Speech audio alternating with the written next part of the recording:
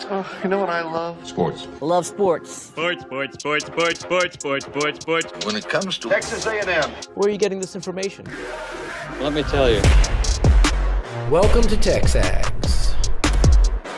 TexAgs Live. I feel like I should be listening to the theme song from the Jeffersons. You know, we're moving on up. We will develop men, we will graduate players, and we will win championships on the field. The best way for us to win is to do it together. He is a guy that has gotten better and better and better. He's just got that dog in him. It's been special. The 12th man this past week was unbelievable. And this is a real program. It's not fake. This is a real place. And if you want to be really good at football, this is a really good place to be.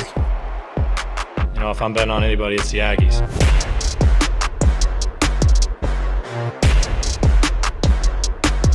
Old man moment. Freaking Griglione a moment ago reminded me. It's going to be March tomorrow. It is March 1st. March 1st, and it's a big day on March 1st for several reasons. Several reasons. Reason number one, Aggie basketball on the road. Against Florida. Yep. The Gators. Huge game. Reason number two, Aggie baseball starting tonight, but this weekend at the Daikin or down what? in Houston. Yeah, Daikin Park, right? Three big games. Astros Foundation College Classic. What are they playing, do you know? A lot of teams. Rice, Arizona. Who else? There's Oklahoma State. Okay. So, and then reason number three, which could be the headliner. Yeah. As you and I, we're going to be. Well, no. No, that's not. People come to meet you. People just want to see if I'm really as mean in person. But you're actually as nice. You're actually nicer in person. But we're going to be hanging at the Angry Elephant, not the news center. We're going to be at the one in Fairfield, Cypress location. Cypress, yeah. 4 to 6. Okay. Yeah. I had some folks reach out to me. Hey, man, is that in College Station? No, we're going to be not far from College Station. Not far at all. 46.2 minutes. Be there. We'll be there. Be there or be square. Rumor has it you might karaoke. No, that'll never happen. With this voice? Yeah. I sing in the shower, the water stops. So we'll be hanging out there. More information when we go to the News and Social Center here in a moment. But huge weekend. OB. Softball playing this weekend? Softball is playing. They started yesterday. What, number 5 softball team? Climbing. All they do is climb. Just climbing on up. What do we have to see this weekend, OB? What do we got to see? Like for basketball, let's start off with basketball. What do we have to see this weekend different? Yeah, I think you have to see that A&M defense, the defensive pressure that they're known for. They're known for being a strong defensive team, and they're going to have to play strong defense. They can't be giving up. They can't be letting Walter Clayton shoot threes the way Tyler Nickel or the way Goodine, or what was the kid from Tennessee? I've already forgotten his. What? Chaz Lanier. Chaz Lanier. I mean, how can we forget that performance? Yeah. Goodness. Right. I didn't forget the performance. I just forgot the name. Yeah. So I forgot for a moment too. Yeah. So got to do a better job. Yeah. Defending 3-point, and then if you're going to take a lot of threes, you got to make a lot of threes. Interestingly, though. Even though I think 22 is a lot in my, like, the way I would play basketball, but I don't college coach, 22 is a good number in this league to take. They took 22 most recently, right? So it's not 30. Right. But you gotta need to make. You gotta make them. Make them. Now, again, in their last game, the percentage looked better, acceptable, 7 of 22. But then you also got to understand that 2 of them were in the last 13 minutes. Well, yeah, they made it close. Seconds. Huh? 13 minutes? Did I say 13 minutes? Yeah. 13 seconds. Yeah, they made it close. But you were in desperation. Yeah. And really they had one last chance, but it wasn't happening. It's like prevent defense stats when a quarterback's padding a stat. Thank you. That's a great analogy. It's not the same. I mean, sure, the stats count, but it's not the same. If you had shot those earlier in the game, right, then maybe you do have a chance. So, and then certain players have got to pick it up a little bit. Yep. They've got some guys that have a history of playing really well and are struggling. So thing is, they have good basketball players. They're a good basketball team. Buzz Williams said, hey, we got to play to our ceiling. Mm-hmm. So that's what we want to say. Play to your ceiling. Play to your ceiling. So now is where we do the three things we want to see. And it can be all things in sports, okay? Mm-hmm. So for basketball, is your number one play to your ceiling? Yes. I could be really lame about this. Say, I want to see the baseball team win, the basketball team and the softball team win. But because I cover basketball, again, I want to see them play strong defense, especially in like the last 8 minutes. Yep. If it's a game. Which we have grown accustomed to this year. Until the last couple of games. Correct. I want to see them, and with that, defending the three-point line very well. I'd like to see fewer than 10 turnovers. I think the last couple of games, turnovers have been an issue. And where and the I want to turnovers see, happen. I want to see A&M have one of those three-point shooting that be streaky good, where they go out and not only shoot an acceptable percentage, 33%, but because they shot a lot of them. Because I think you're going to need to against Florida. Okay. With a good inside defense. I'm gonna give you three things I want to see. All right, I want to hear. Right. In mine, I'm gonna go cheesy on you. Okay. So just accept that. Basketball wise, I want to see a start and a finish. Okay. Not a half. I want to see a good game of basketball. I recognize against a team like Florida or against Little Sisters of the Poor, there's going to be 2 to 3 minutes, 4 minutes, 5 minutes sometimes of not scoring. Like that's just, unfortunately, that's who they are offensively at times. But I just want to see a full game, right? And that full game means closing out on that open three-point shooter. That means tight in the paint. That means just a full game of Aggie basketball, which, by the way, for most of this year we have seen. Yes. Even in defeat. For the most, well, I can think about Oregon not closing out the game well. I can think about Central Florida. But we've seen this team play complete games, and we've also seen them play a good half and a bad half. And a lot of the losses have been kind of, oh, you played really good one half and not so good the other, or vice versa. Yeah. I think we haven't seen them play a complete game that often, though. Yeah, maybe Purdue. I'm trying to think. Yeah, that was definitely one. I'm sure there's some in Tennessee. Was it not? Tennessee was. It's a weird one. It was close. It was. Yeah, like Alabama would have been if they would have made their free throws, right?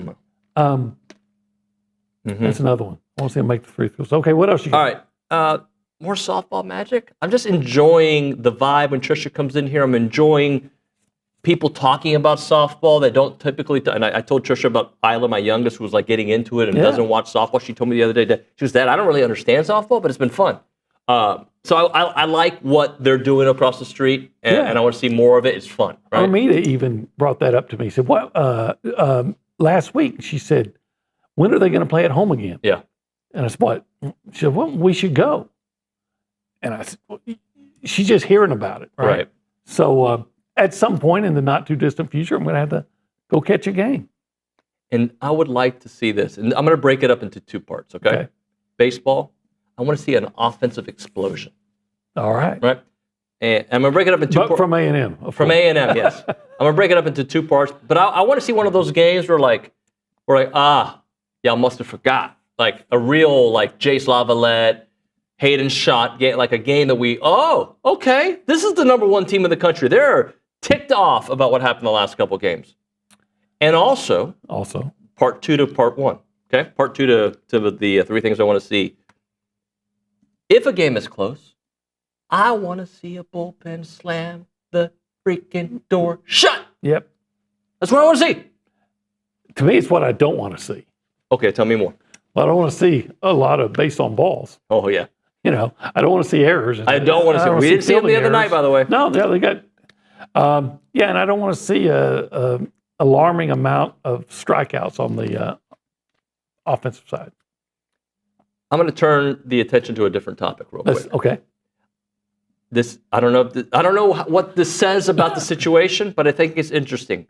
I believe on this show we have talked more about Shamar Stewart since the season than we did in the 3 years previous, and I don't mean that as a shot. I mean that this guy is rising up the ranks because of what he could be. You see these numbers he did? Yeah, he was 4.59, 40-yard dash, 10-yard split, 1.58. His vert was 40. Broad jump, 10.11. I mean, he's putting up some numbers. Looks like he strained his hamstring a little bit. Not at all surprised. We knew that Shamar was kind of an athletic freak. Yep. So all I'm going to say again about Shamar is I hope he makes a ton of money. I hope he's a high draft pick. I hope he has a great career unless he goes to the Eagles. I hope he has a tremendous career and makes a ton of money. I just wish that they would have been able to get more production out of from him. And to me, what that brings up is you got a guy like that that's being talked about as being a first half of the first round selection. What was A&M doing that didn't allow him to be that to get the most production? Yeah. And what are you going to change? Because let's face it, we all want to see the A&M players do well once they leave here, and we're all their fans. But what we really care about, first and foremost, is how the A&M football team is going to do when these players are in college. Right. So what are you going to do when you get another player like Shamar Stewart, if you ever do, to get the productivity out of him that you didn't get out of Shamar? Yeah, I think the whole situation is interesting. I want to see how it plays out. I do. I think we all do, obviously. I'm not saying anything that nobody else is thinking. But I have my thoughts all right, he's always had the measurables, right? I'm sure they're better now as he's worked on his craft more. So how is it going to translate at the next level? And sometimes it just does. Sometimes the light turns on. You've always had this, but it hasn't kind of translated on the field. And then the right environment, the right situation, or the right timing happens. All those things. And it happens. Because they always said, who was the only guy who could keep Michael Jordan under 20 points a game? Vernon Maxwell. Dean Smith. Oh, yeah. His coach. Vernon Maxwell actually did pretty well against Michael. I think he averaged 31. But it was a struggling 31. Anyway, and that kind of brings me up to another topic that I probably shouldn't bring up here 12 minutes in to TexAgs Live, presented by David Gardner's Jewelers in the Rollo Insurance Studio. Go Hour, presented by The Warehouse at CC Creations. But I saw a tweet, I think it was Brad Crawford from 247. He put Bet Online's SEC win totals. Did you see this? No, I did not. What do you think? Is Bet Online a big company? I'm sorry, I don't follow the betting community. I don't go to the meetings. I think I've seen that name before. They're big, right? I think so, but yeah, I'm not. Nick, do you know? Are they a big company? If Matthew Dawson was there, I was about to say, if only we had Matthew Dawson here. I've seen BetMGM. I'm sure Bet Online's huge. I'm sure, right? What do you think their win total for A&M is? If you were to take a gander, a guess. 7.5. Okay. Nick, I know you already know the number. You've seen the rundown, right? Yeah, I actually saw this come out yesterday. It's 6.5, OB. 6.5, okay. I would take the over. I would take the over, too. Where can I get there? Where can I go? Bet Online. Okay. I would take the over. It had Georgia. I don't have the numbers in front of me. Maybe Nick can kind of look at it and kind of just tell me. If it's 7.5, I might have to think harder. Georgia, 9.5. Texas, 9.5. Alabama, 8.5. I think South Carolina was either 5.5 or 6. South Carolina's 5.5. Yeah. Arkansas was right around A&M, right? They are 5.5. 5.5. Yeah. So what's Florida at? 6.5. I feels lower for some schools than I would think. Yeah, I would take the over. I may have to get in on that today before it changes. I believe that A&M is going to score 35 points a game, 30 to 35 points a game. And I think that's going to compensate for any defensive issues. And we were led to believe in Las Vegas that Mike Elko is going to take a more hands-on approach and maybe even call the defense. And if Mike is fully in charge of the defense or even majority in charge of the defense, I'm going to have a lot more optimism about the defense. So I think it was a couple shows ago, and maybe I'll bring this up with Billy. I feel like when I said I felt the secondary would be better this year based on talent returning and talent they've added, I don't know if you were ready to go there yet. You're not going there either. Is that a fair assessment? You're more in the the OBism is I got to see it. Your coach told us a couple of months ago that they had no idea, his players, how to grasp the concept of zone coverage. Okay? Tell me at the end of spring, have they got it? Yeah. And if he says yes, then I'll say, okay. What's the mood like here a year from today if they actually do barely get the over? Barely get the over? Like 7 wins. If they win 7, what do you think the mood is here? I think it's a disappointment. What's the mood if they get 9? Yeah, it's they're encouraged, they're happy. But again, no matter the circumstance, unless you just had a huge year and you lost a bunch of guys to the NFL, in my mind, you should always be gunning or aiming at 10 wins. 10 wins. Playoff berth. Right. Because, again, what have we talked about so many times? Everything you need as a coach to be successful, Texas A&M provides. So if I were to take the big 3 sports, okay, and to say to you, a year from now, what will, or maybe a little bit longer for baseball, but a year from now, year-ish, 13, 14, 15 months from now, what are we talking about success? Like, we feel good. We feel really good. A&M, 9+ wins. Okay. This basketball team, the one we're talking about right now, not a year from now, it's a basketball team, at least gets to the second weekend. Okay. And baseball, Omaha. Yeah, I would think you would look at that and say, yeah, you'd be really, really happy. I still don't know if you're thrilled because when you start the season number 1, getting to Omaha, and this is kind of unfair to the first-year coach, but getting to Omaha is like the bare minimum, right? Because so many expectations. And basketball, getting to the second weekend, you did that with a coach and twice and fired him. Mm-hmm. All right, talking about Billy Kennedy. Yep. So now if you said getting to the second weekend and won a game and got to the Elite Eight, hey, you've done something you've never done before. That changes it. It changes the whole thing. Yeah. So, but here's the deal for me. I think as much as A&M needs to have a complete athletic program and everybody should be successful, the fact of the matter is football is always going to drive the bus. Yep. And if football is, unless football has a tremendous year, then there's always going to be a certain amount of disappointment unless basketball and baseball do something amazing. Sure. Yep. We've gone 17 minutes. We've probably got to move on. We're in the Holistic Planning Cool Zone, by the way. We are. You want to tell the people about Holistic Planning? Yeah, I'd Cool love Zone? to tell you about holistic planning because holistic planning will help you with your investments, and everybody has investments. Their taxes, everybody pays taxes. That's coming up. And in the state, your estate planning, everybody needs to plan for their estate, and you can plan for your estate by investing in pro sports, and holistic planning will help you do that. By the way, if you want to be a part of the conversation, you can do that by calling the Buffy's Catering Hotline, 979-693-1150. You can text that number as well. We've already said hi. Well, we didn't say hi to Nick. We've checked in with Nick, but let's say hi to Nick Savage, Hi, Nick. who's behind the glass. Nick, hi. Hi. Okay, now moving on.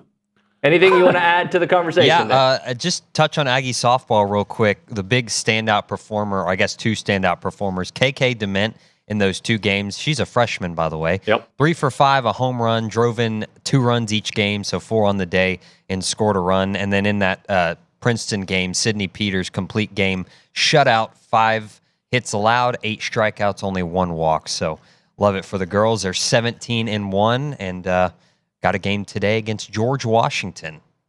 Good old JW. Or GW, excuse me. GW. I know a Spanish was guy. Spanish, I know a Spanish guy. Jorge Washington. Washingtonez. No, just Washington. And he's Hispanic with a name Washington? Yeah, Washington. Okay. Yeah, let's go to the Angry Elephant News and Social Washington, Center. see ya. I've already told the people, but you think they forgot? Where are we going to be? We're going to be at the Angry Elephant. Where? Cypress, over there by the Fairfield area, very close to the Outlet Mall. Yep, we're going to be there hanging out. It's going to be a good old time. And we're going to go now to the Angry Elephant News and Social Center. Callie Gardner is in the house. Hi, Callie. Twice in a week. I know, twice in 1 week. It's the first time in a really long time. Am I allowed to tell the people we got good news about you? Yeah, sure. Go for it. Callie's joined the team as like a full-timer. How about that? Well, she's earned it. She has earned it. Yeah. She's fantastic. I don't like to throw around compliments, but she's earned it. Callie's she's doing awesome. She'll be heading up some of our social media efforts, helping out the show in some capacity as well. helping out with photogs, you name it. She helps out. Wearing glasses. I know. I had a headache this morning, so I wasn't feeling it. All right. Pink Himalayan salt and water. Drink 8 ounces of that. Apparently takes care, I did it the other day, actually worked. It takes care of your headaches if you wake up with headaches. Gary Brecka on social media, he's got a huge following. Awesome. Do you care or no? You can tell me. I'll write that down. All right, you won't. Up here. Yeah, there you go. What do you have for us? I know Nick talked a little bit about the softball team. Big one tonight and tomorrow. They welcome in the number 13 team in the nation in Texas Tech tomorrow, who brings the likely best pitcher in all of college softball. Yeah, the $1 million pitcher, right? Yeah, Naegeli Kennedy. She's very talented. They took her from Stanford, and she's awesome. So excited to see that matchup with her. I can see that. Aggies. You go from Stanford to Texas Tech. Yeah. You know, you're on the beach in Stanford. There's a lot of sand and stuff. In Lubbock. Lubbock's an exciting place. No? You know what? I've been to Lubbock once. I don't know. I think the Lubbock Chamber of Commerce, you know, a lot of cities, they put a little motto, and it should say, you know, welcome to Lubbock. Not as bad as you think. Hey, you know. Not as bad as you've heard. Yeah, not as bad as you've heard. I like that. Not as bad as you heard. All right, let me hear some more. Yeah, really quickly. The men's and women's track and field are competing in the SECs this weekend in College Station, and they had a few events yesterday, so I wanted to update y'all. The men received 3 medals. They came in first in the DMR, earning gold with a really impressive race. That one was fun to watch. Jack Mann earned the silver medal in pole vault, which is really a really good finish for him. Kaiba Dawson earned the bronze in the men's long jump. And on the women's side, Sofia Yakashina earned the silver medal in the women's pentathlon, and the girls finished 5th in the DMR, but their time placed them at number 3 in Texas A&M history in that event, which just shows how impressive the SEC is in track and field. The men currently sit in 1st, and the women sit in 4th heading into day 2 of the meet. So excited to see what the Aggies do, and a big weekend for Aggie baseball in Houston. They open up their weekend tonight at 7 p.m. against Arizona. So Coach Henry sent me a text 4 o'clock today and 7:20. Yes, there's quite a few events today, and then tomorrow they wrap it all up. So hopefully they can get a strong finish before they head into NCAAs. And then, of course, just the reminder about the Angry Elephant Happy Hour tomorrow in Cypress from 4 to 6. So go check them out. It's going to be fun. Good talking. Well, what's more fun if you're an Aggie than sitting around with good friends talking Aggie sports? Let me think. Nothing? Nothing. Yeah. And we want to be your good friends. Did you know about the pink Himalayan salt? I didn't know it cured headaches. Yeah. We have some. Kind of depends on the situation. We have some in one of the cabinets at home. Pink Himalayan salt. Yeah. The minerals in there, apparently. Yeah, I didn't buy it, of course. So when you listen to TexAgs, I want you to learn about A&M athletics and about, life. Salt. Yeah. About salt. Yeah. I'm your functional medicine doctor, David Nuño, here on TexAgs Live. Just kidding. All right, OB? Yeah. All right, we talked about the salt, right? Mm-hmm. That's like one part of somebody's diet. The other part that I like to focus in on are the proteins, the fats, and the carbs. And if you go to 1775, you can have a mouth-watering experience. Heck yeah, you can. Tell me Man, more. you talk about the proteins. Man, give me some of those pork ribs. Give me that succulent brisket. Give me some of that sausage, where you can get some of the dairy in it too. Yeah. It's going to have some cheese and jalapeno made into the sausage. And if you want those carbs, you can get the ultimate carb. You can get that queso mac and cheese. But they got beans and they got other foods. They got everything. And they even have dessert if you want to talk about your fats. And if you want to talk about meat. You always make fun of me for having broccoli as like my meal. You saw me devour dessert He at ate 7. dessert. I couldn't believe it. It was like, I'm going to have a little bite. Oh, that's pretty good. I ate the whole thing. Yeah. That's probably the last only dessert he's had in like 10 years, but he ate it. I had one other dessert. Broccoli infused. Did we not have a broccoli souffle? Yeah, broccoli souffle is one of my favorites. Broccoli pie. Sprinkle a little Himalayan salt on it. Yeah. It is 1775. They're open Thursday through Saturday, 11 a.m. until they're You can sold go out. today. You can go today. Yeah. Online ordering starts at 10 a.m. Call them up, 979-492-6241. The website, 1775txbbq.com.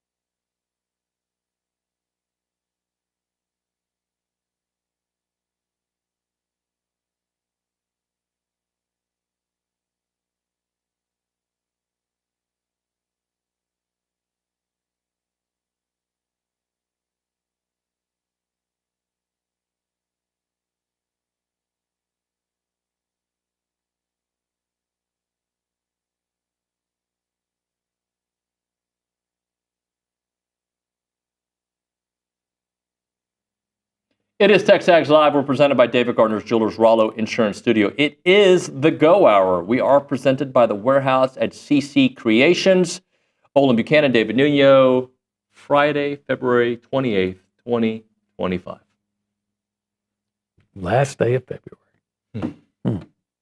Good, because I know the weather doesn't necessarily agree all the time, but to me, and I know science says spring doesn't start until I think March 21st. Yep. But to me, March 1st is springtime. Yeah. That winter's over tomorrow.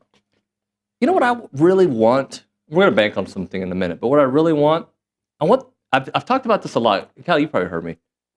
The vibes. The vibes around Aggie sports right now are low, and I understand the low.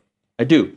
But I wonder what a weekend of beating Florida and A&M baseball winning 3 at I keep wanting to call it Minute Maid in Houston, the Astros Foundation, and softball winning and track and field having a great weekend. Like would a great weekend change the vibes around here? Because I even think, OB, during basketball's good run, the vibes were better, but they weren't great. I don't know. I think it does. I think you can. Maybe it's just me, but I think you can just feel it when the Aggies are successful. You can go to the grocery store and everybody's happier. You can go to work, everybody's happier, especially here. But it's just throughout town, you can just feel it. You can feel it. And then when they're struggling, I mean, I could feel a real difference in October as there was in November. Football was riding high and everybody in town was excited and happy and food tasted a little bit better. Yeah, that's true about that. Everything was wonderful. Yeah, everything was better. And I agree. then, I can't argue with that. And then it was different. So, and I don't want to live in a world where I can't be happy. I don't know if it's good or if it's healthy that so much of our collective moods are centered around or dependent upon how the A&M sports are performing. But it is what it is. So I had so I'm going to use a Nuño parenting moment here to kind of talk about You're not going Aggie to take sports. off your belt, are you? No, I've never done that. Wish my dad was like that. Never. Not once. I think the looks I give my kids are usually like the belt. They say, Dad, that look you gave me. Anyway, when I'm not going to say which child or which kids or whatever, but when they have struggled in sports, okay, throughout their time, I'm okay with it like lingering after the game and like for a little bit, but I don't want it to linger on Thursday. I don't want the vibes like, yes, we cannot be okay with the performance. Sure. What are we going to do to correct the performance for the next time? Like, I want like a moment of like, and we're not on the football team, we're not on the basketball team, we're not coaches, so I know we can't affect the outcomes. But my point is, mood-wise, yeah, there's a window to be upset about it, and then we got to move on, and we can still hold on to it. But like, I don't like projecting bad energy where I'm at. I don't like if the boys have a rough game at Consol on a Friday, on Tuesday, for them, every time I talk to them, to be like, well, I agree. You know with what I'm saying? that. Like, I don't want that. I also don't want them to not take it serious. So there's a balance. I don't like the guys that, when they've lost, high they're like, five. yeah, everything's great. I'm not saying to be jolly, but I don't think we need to project that energy in every discussion that we have. If Aggie football is really bad, we don't need to project that. They weren't really bad, but bad finish. Project that to Aggie baseball. And now, right now, everything seems to be in a tailspin. But you still got a basketball team that is projected as a 3 seed right now. Yeah. Which I'm kind of shocked by it, but whatever. We got a baseball team that lost a couple of games that is, regardless of it, a top 10 team right now. Number 1 in the country right now. We'll see where they are in the polls on Monday. But I think it comes down to this. A&M, as an athletic department for decades, has, going back to the old stories, has cried wolf so many times, like, hey, look how good this team is going to be. And have let their fans down. But not in, I mean, in all sports. But Opie, that's not just A&M. That's national. But no people. one cares about. Yeah. You only care about your team. No. What I'm saying is, national people have put those expectations on A&M as well. It's not just us doing it, right? But why do they do that? Because they project to be good. Mm-hmm. And I'm not saying that the baseball team won't be great. I'm not saying that the basketball team won't beat Florida. Florida's up and down, and A&M certainly has the ability to beat them. And I'm not saying that A&M won't have a long run in the NCAA tournament. I'm not saying any of that. What I'm saying is, though, A&M as an athletic department has asked so much from its fans for so long and given back so little that when things start to go south, A&M fans collectively say, okay, here we go again. You cried wolf again. Why am I rushing here after you've cried wolf when you've done it so many times? Let's continue this thought on the other side. Hey, before we go, David, real quick, can I give a number that maybe explains how we're all feeling? Sure. If we go back to last Monday, the 17th, and you combine the records of men's and women's basketball, baseball, and softball, I know I'm leaving out a few sports in there, but those are the most front-facing sports. The records are 9-9. 7 of those wins are coming from softball. So maybe that has something to do with how we're feeling. I'm not disagreeing with, but I also like just the moods. I don't like being around negativity. I guess that's my point. Like, everything doesn't have to be negative. I get it when we talk about, like, right now, most people are thinking, oh, I think basketball is going to lose another game. Like, I understand that, because you're taking on such a good team. But to your point earlier, A&M can beat Florida. Yeah, I mean, remember last year they lost, but they were in the SEC tournament, and that game was another down to the wire game. I think the last 5 games they played against Florida have been decided by 5 points or less. I think A&M's won maybe 4 of them. Mm-hmm. So they've got a history of playing pretty well against Florida, but you're on the road against a really good Florida team, and you're not playing well right now. Right. Definitely not playing to your capabilities right now. So if people are apprehensive, it's understandable. Let's bank on something on the other side, all right? Right now, we're talking Bird Dog. They're an Aggie-owned and operated company creating access to hunting opportunities. If you like to go hunting and you want them to handle all the logistics, go to Bird Dog. If you are like just thinking about some cool environments, you want a concert added on, you want to have a 5-star ranch, Bird Dog can take care of all that for you. Yeah, they take care of the hunters, they take care of the ranchers and the farmers as well. If you've got land and you're running cattle, or you have, you don't even have to run hunts, they can optimize and find you those tax benefits. And some of their clients are making an extra $100 to $500 per acre of land. They're really taking care of people in many, many ways. And if you are a ranch broker, you need to talk to them, as they can help your buyer or seller understand the additional ways to make money. You don't have to sell hunts with that program. The website is birddogit.com. Birddogit.com. Go check it out. Jonathan Luskin Company will take care of you. Is Bird Dog.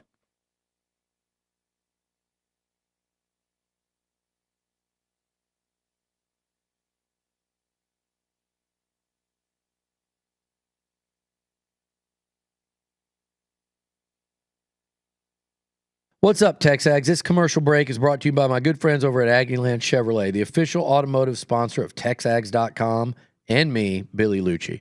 Greg Gunn is the proud owner of Aggieland Chevrolet and invites you to visit the dealership to experience true Aggie hospitality. From their friendly staff to the experienced service team, Aggieland Chevrolet is TexAgs approved. Check out the dealership off of Highway 6 in Bryan, or go to AggielandChevrolet.com and tell them Billy Liucci sent you by.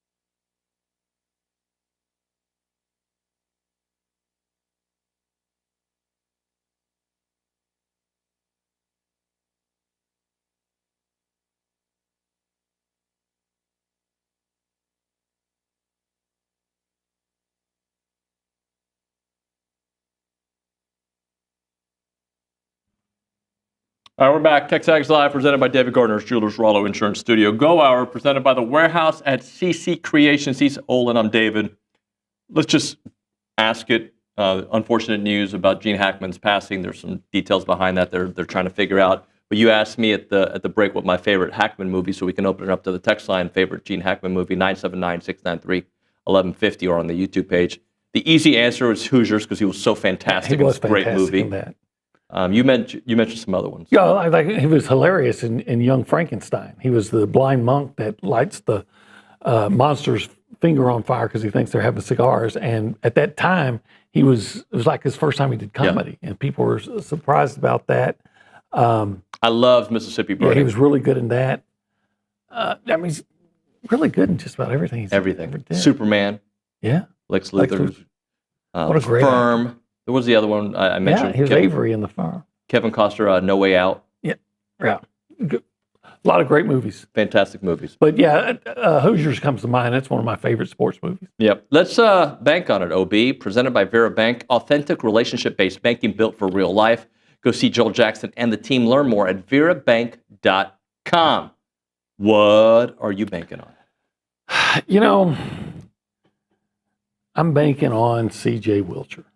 Tell me more. I just believe that A&M is going to have to shoot well from the three-point line to beat Florida.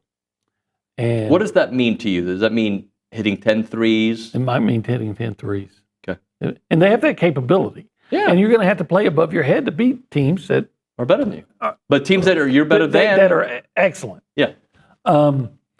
Currently ranked higher than you, sorry. Right. So, no, but it's okay to say they're an excellent team. A&M can be an excellent team when they're playing well. I just think that I think C.J. Wilcher has shot himself into the lineup.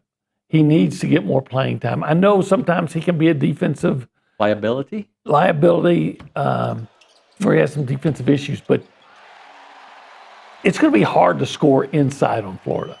They got a 6'10 guy, a 6'11 guy. I think you're going to have to draw that, spread that defense, force them to spread their defense out a little bit.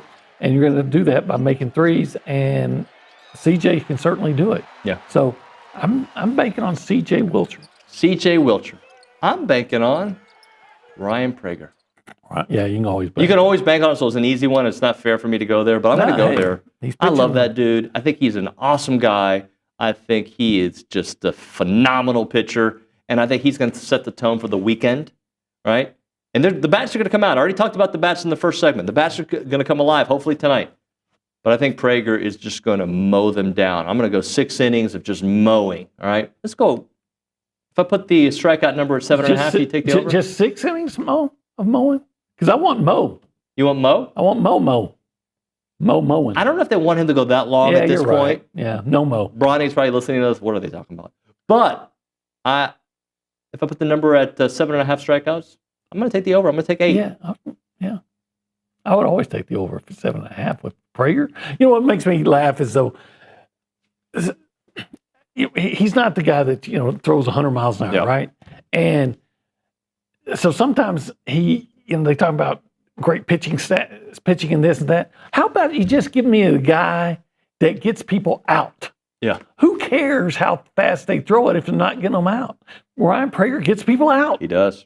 That's all I need. That's all you want and need. Was Evan Oschenbeck a 100 mile per hour power pitcher? Dude was fantastic. But he got guys out. Who cares? I was talking to my brother yesterday, Alex. I don't know if he's listening right now. He's like, but is our team really that different from last year? I was like, actually, yes. If you think about the back end of your bullpen with Oschenbeck and Cortez gone, you think about what you had entering the NCAAs last year in the regionals, super regionals with Braden Montgomery. You think about Caden Sorrell not being in there right now. You think about Gavin now being injured. You think about Teddy Burton, right? And all these names. Jackson Apel. Like when you think about the quality roster that they had, they still have a quality roster, but they're figuring out some other areas. And unfortunately, you can't just snap your fingers and have it. And I'm going to say, they lost 2 games in February. Big deal. talk Caldwell Country Chevrolet. I'll do it. You don't even have to do it. For messaging, I want you guys to take this home. I want you to know that that's the place to go when you're looking for a new vehicle. If you're looking for pre-owned or brand new, you go to Caldwell Country Chevrolet. They're stocking up on all these great vehicles for a wide selection, and you can take a short drive to save money without any dealer add-ons, plus free oil changes on every new and pre-owned vehicle. They are also business elite dealers. They can help you get all your vehicles for your small business needs and commercial needs. Reach out to them, and they can help you with your business. It's not a far drive. We're talking 15 minutes, the very edge of Bryan to the beginnings of Caldwell, a short conversation away, but you'll see the difference when you step on the lot and do business with the great people there at Caldwell Country Chevrolet. They are on Highway 21 in Caldwell, and they are online at caldwellcountrychevrolet.com.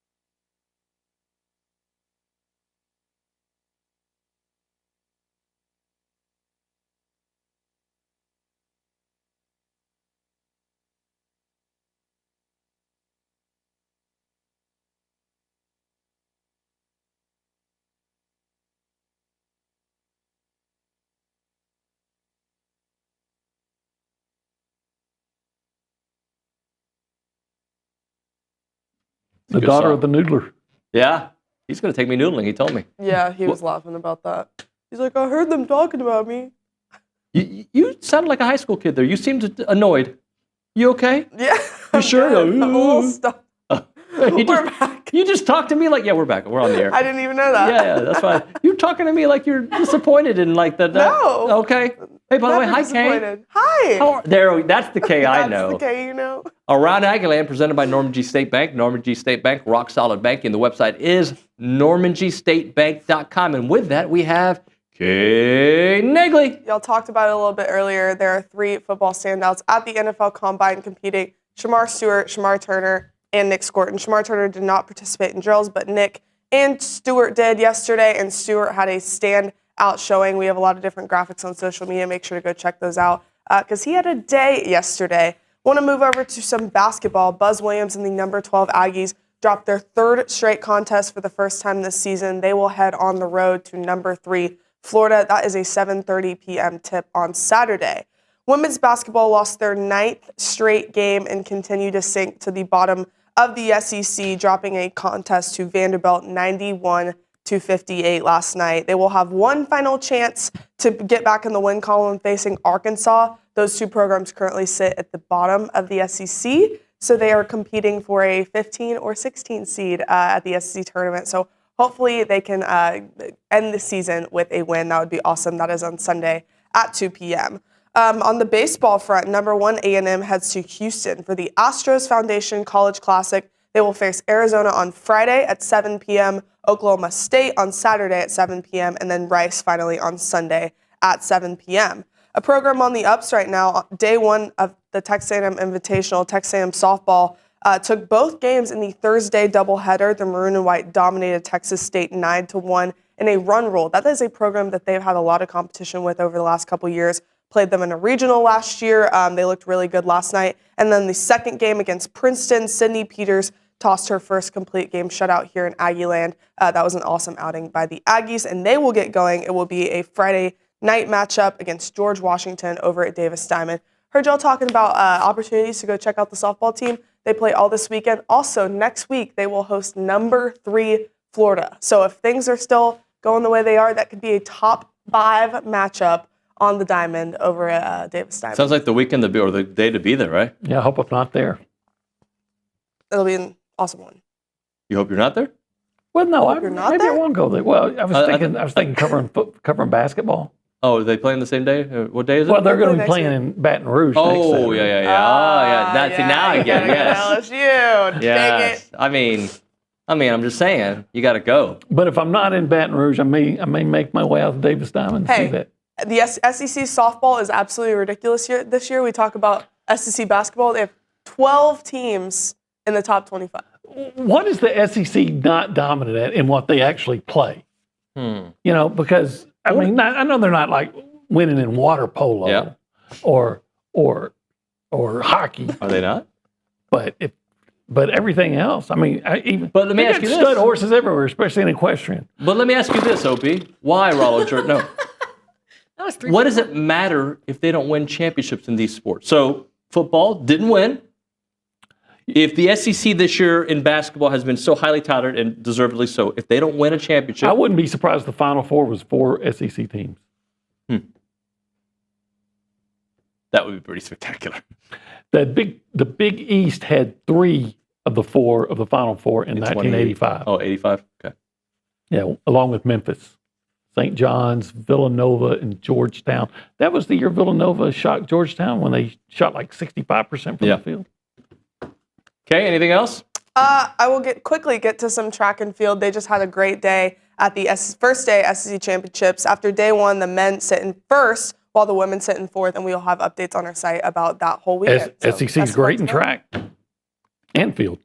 They're great at everything, bro. That's my point. That is your point.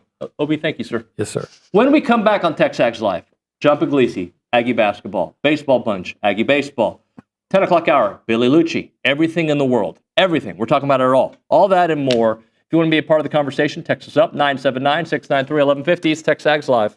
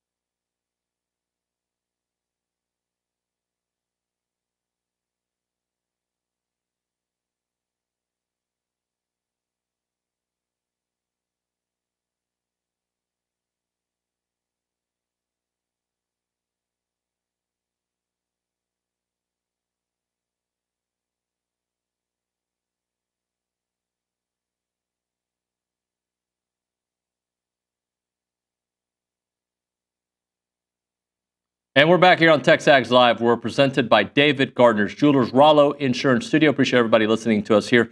Hour number 2 of the program. The Vies, we've talked about them. Let's see if we can get them on the right track. We go to the Buppy's Catering Hotline. We are joined by John Pugliese here on TexAgs Live. Mr. Pugliese, good morning, sir. Hey, Nuño, what's happening? Hey, bud. John Pugliese, basketball analyst, breaking things down here on the show.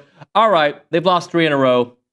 How much longer does this losing skid continue, and what are you seeing that makes you think, they'll get out of it, or I don't think so? I mean, this is a tough stretch, right? Like when we talked, we said, they go 3-2 in their last 5. They're probably on the 2 line or, the highest 3 seed, and now we're talking, okay, so we just lost 3 in a row. Now we've got to go at number 3 Florida. We got to play number 1 Auburn at home, and then we finish the year with LSU. So, I mean, the way I look at it, 2-1 puts them squarely on the 3 line. 1 and 2 probably make them the highest 4 seed at this point. 21 wins is a good season, but not when you start the way you did. And it's a product of the schedule. The schedule is a beast. Even look at Georgia beating Florida. Look at the teams. Vanderbilt, who's farther down in the ranking. Like, these are good teams, and A&M just isn't clicking right now. I said this before. I don't love the matchup versus Florida and Auburn. I was actually probably more in line with them beating Tennessee than I am Florida or Auburn, but I think they can go to the Swamp. I think they can beat Florida, but they got to get some things figured out with their rotation. And I've been on this CJ Wilcher train, and I know people are getting sick of it because it's in my DMs, but the proof is in the performance. And quite frankly, Hefner, Manny, and Jace Carter have, in the last 3 games, they played 87 minutes combined. They're 3 for 21 from the field with 8 points and 9 rebounds. And in that same time span, CJ Wilcher is 44 minutes, 8 for 17 from the field, 8 of 15 from 3, with 25 points and 2 rebounds. And he's 16 of 32 from 3 since Ole Miss on January 22nd. So I think there's a really big piece to them that they need a floor stretcher. They need somebody else on the court who can make shots and not rely on Wade at the end of possessions when things have broken down with a hand in his face. And I think that, to me, is a real key for them moving forward. Who's going to make shots for them when things are falling apart, when the other team goes on a run, which, lots of 3-point talk lately, David, right? We're giving up X number of threes per game.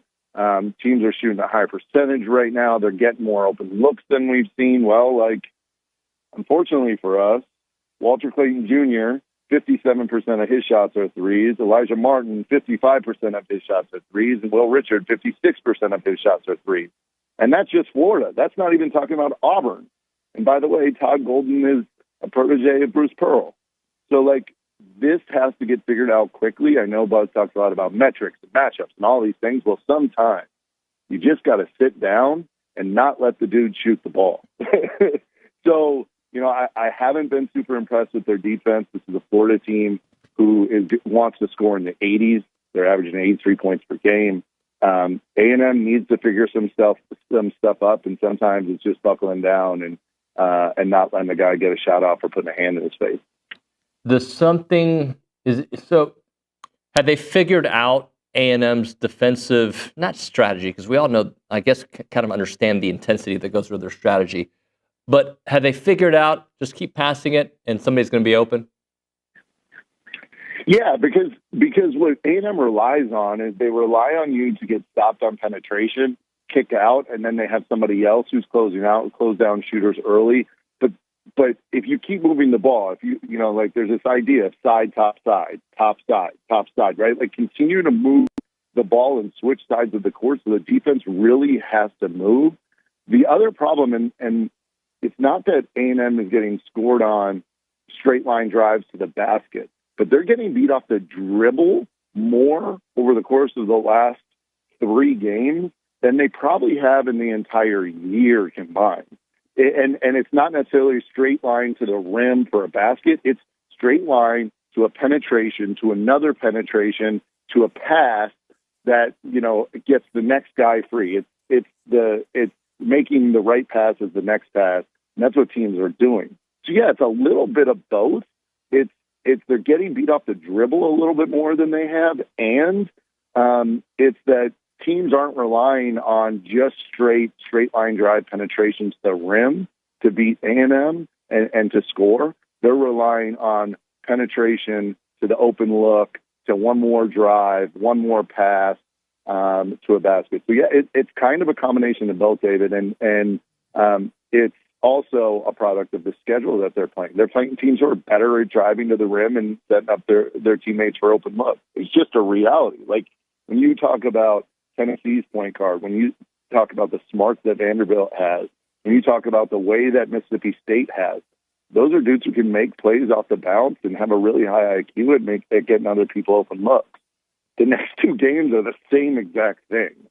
So, like, if we hadn't hit this skid in the way that we have, I wouldn't be as concerned about Florida and Auburn.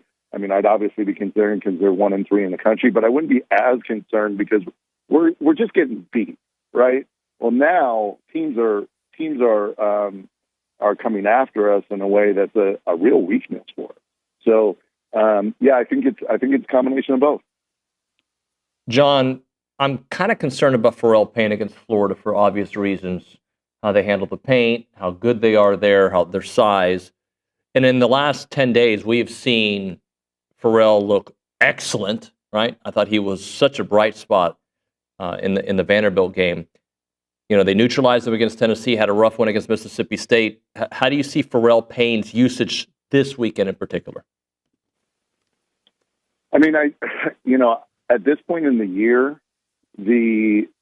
a concern for me is the multitude of lineups that they've used, right? Against Tennessee, Payne didn't start. They started Coleman, Solo, and Garcia, and that was to go with a big lineup, which I didn't really buy into. And then instead of starting Coleman, they put in Payne into the lineup against Vanderbilt. He obviously plays really well.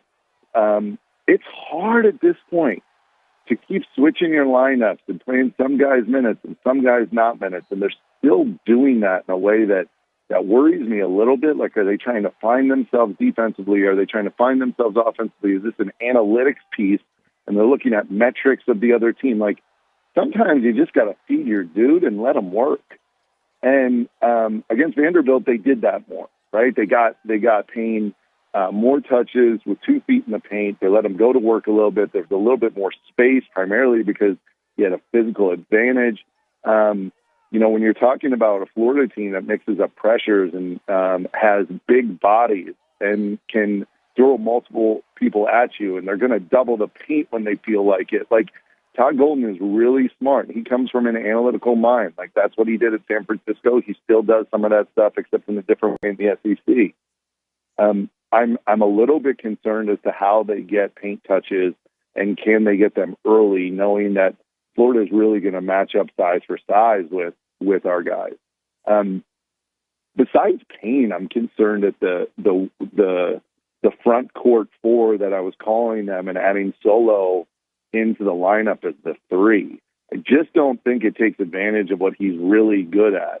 And it puts a little bit more pressure on him having the ball on the perimeter in ways that he doesn't need to on the wing, rather than at the top of the key where he can rip one dribble and try and get to the rim, or he has a free run in the middle of the paint to go either way for a rebound, and he can really use his athleticism.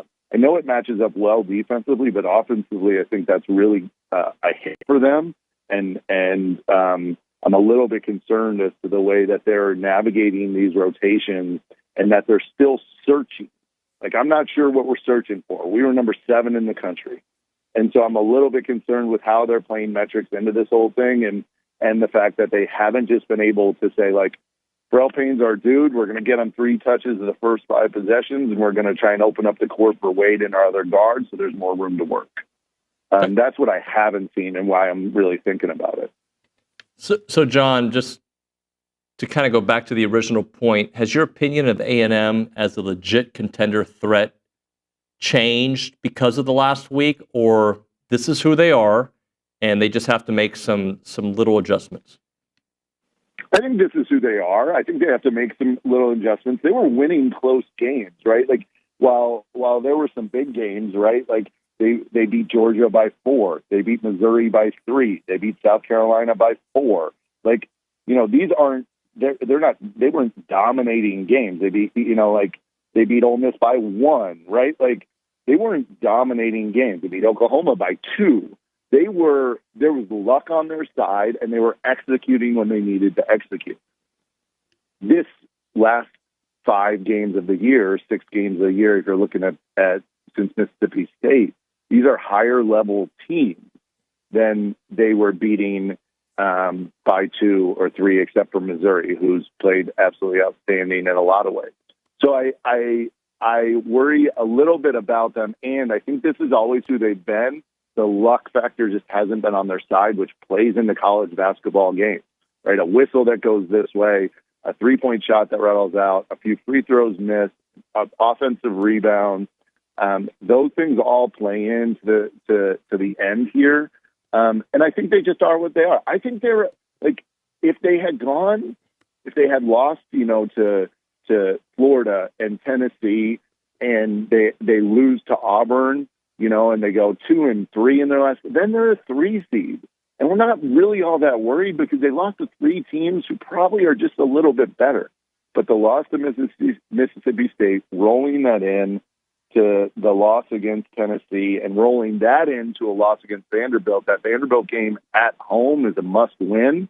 And so I think, they are who we thought we were. One of those great NFL players, coaches said that they are who we thought we are, who they were, except it's gone a little bit differently in these close games, and they're probably, high 3, low 4 right now, and that's just kind of what we're looking at. Talking to John Pugliese here on TexAgs Live. John, when we look at some of the other threats on the court that have to score, Zurich Phelps, you talked about Tatum Hefner at times, but other people, Manny's been the one that, I'm just so perplexed and puzzled by, because I really do believe in his game, his athletic ability. I do know that sometimes when he gets the ball in his hands, he becomes very one-dimensional, and he's just not going to pass out of it. But they got to find a way to get him going. Yeah, and he played 2 minutes against. Sorry, I'm looking it up right now. He played 2 minutes against Tennessee. Against Vanderbilt, he played 7 minutes, right? Like Mississippi State, he starts and he plays 12 minutes. And he hasn't scored. And he doesn't really know what his role is. Like when you've got Wade Taylor, Zurich Phelps, Manning, Jace Carter, Hefner, and C.J. Wilcher, and you're playing solo at the 3, just think about the minute distribution that you're trying to figure out when you have 6 players for 2 spots. It's just not possible. 2.5 spots if solo plays, 20, 25 minutes. It's just not possible. So you're kind of in a point now where rotation should be set, and I'm sure there's other things that go into it with Manny, right? Maybe it's on the defensive end. Maybe it's his attention to detail on the scout, how he's been practicing. There's a lot of things that, shrink minutes for college basketball players. And I think it's really difficult for him with role definition. We talked about this a few weeks, David, is Zurich has added a new dimension, but that was supposed to be Manny this year. And so while Zurich has added this new dimension, this player off the bounce who shoots it okay, but really he's going to get into the paint. He's athletic. He's going to make plays. Well, if you're playing someone else at the 3 and you got 6 guys that you're trying to split up, and really you got 5 guys for 1 or 1.5 spots because Wade's going to play 30 minutes a game. Okay, coach, you just played me 7 minutes. What do you want me to do? And I'm not saying that as a negative to the coaching staff. I'm saying this as a way that's like, Manny has to feel comfortable in a role for him to blossom. At the end of last year, his role became, let me grab the ball off the rim, push the ball in transition, make a play for myself, finish in traffic. I can make a play for my teammate, but I'm not going to rely on a three-point shot. I'm going to play really hard at the point of their press. You know, I'm going to do some different stuff that adds a different dimension than anyone else is giving. Well, now when you have Zurich Phelps, who's kind of similar and seems more advanced at this point, okay, where do I play Manny? Especially if I'm trying to get Jace Carter 10 minutes a game and Hefner 10 minutes a game and C.J. Wilcher 10 minutes a game, and I think C.J. should be playing more, right? Like, it's just not easy. I think they have too many guys playing too many minutes at too few a spot at this point of the year.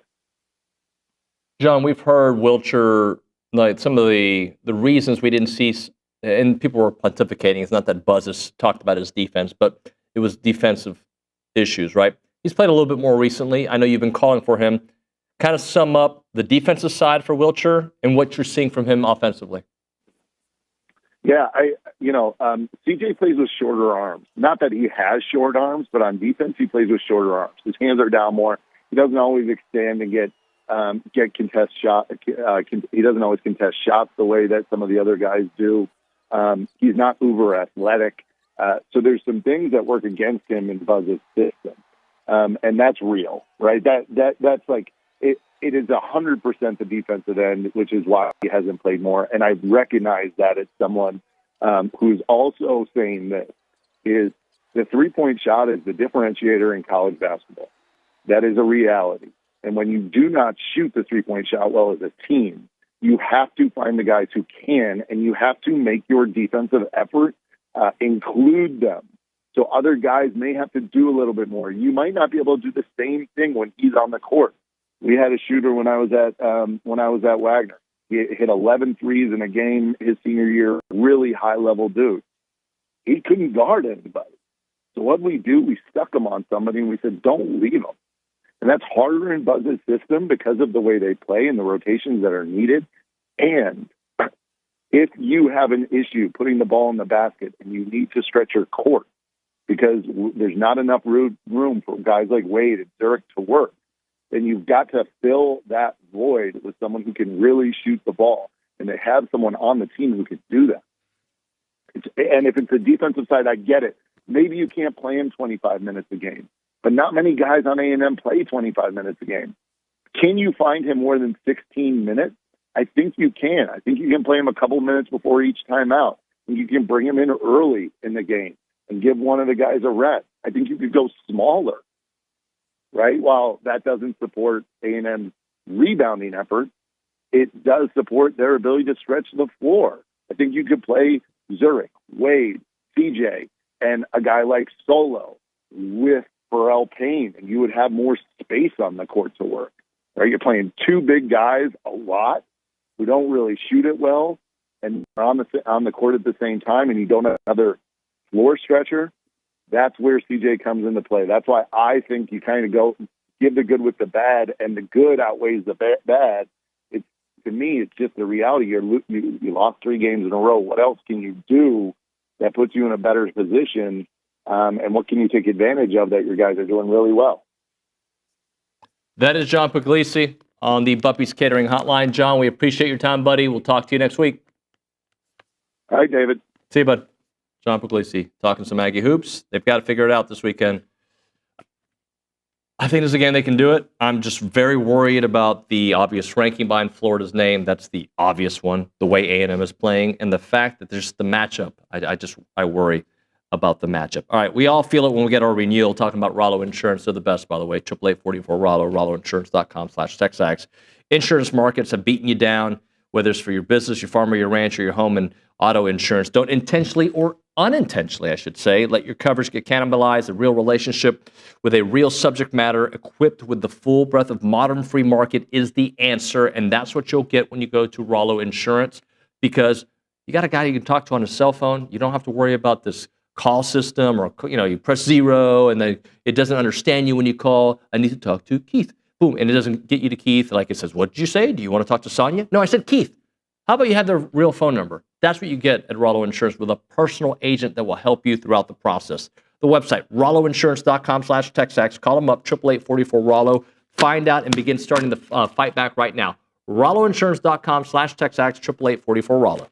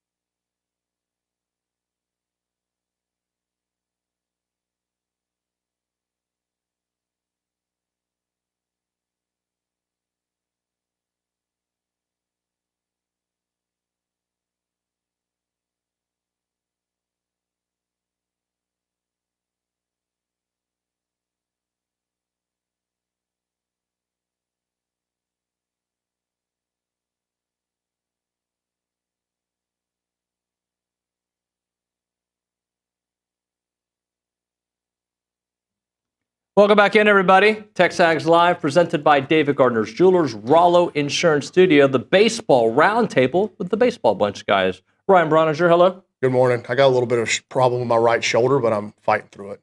You best. Yes. Right, you better do it. Playing through it. Richard Zane, working double time. Hello, sir. Howdy, how are you? Good to see you. Scott Clendenin. Good morning, sir. He's working double time, too. He's got softball on his phone watching his daughter. That's the way. So that's the only way to do it. So everybody's playing through something today. Except you.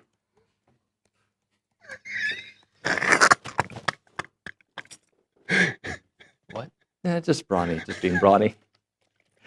You'll go last. Scott, State of the Union address after what has happened this week and just the start of the season and people panicking, overreacting, and it's just baseball. The whole thing, start from there. I think they'll have more than 2 innings this year where they have issues. So I think that, as far as giving up runs, what they've done offensively has been uneven at best. But it's early season baseball. I'm not saying I picked them to have 2 more losses last year in our preseason predictions based on the fact that I thought that they may lose some non-conference games. But I still think that this team has everything in front of them, and they can play great this weekend, and you will forget the end of the Sunday game, and you will forget a poor performance on Tuesday against Texas State. So they can go forward this weekend against teams that 2 teams that were top 25 at the beginning of the year, and one who's still top 25. So I think that's just where they are. I think we talked a lot about identity, and there's 2 ways to form an identity to me as a guy that's been around baseball, a coach, been a part of a bunch of different teams. You can find your identity in success in games. So had A&M come out and been playing as more complete of games and the offense feeling better about itself, producing more runs as we've typically seen out of Mike Early offenses, you start building identity through that confidence. It's not happened for them. So I think when you don't build an identity in game via confidence, you build it in practice through adversity. And you listen to Coach Early talk after the game on Tuesday. He said, I can't wait to practice on Wednesday. He talked about the practice on Wednesday with y'all on Thursday. And what did he say? I can't wait to get to Minute Maid or Dyken Park, and I can't wait to practice. And so I think that there is a lot of kind of identity being formed in those practices as much as Coach Early's talking about those. Yep. And he's trying to instill some things that maybe you don't, some things you don't know how these guys are going to react, whether they're 18 or 22, until adversity hits. And there's no real adversity in the fall, and there's no real adversity in the preseason buildup.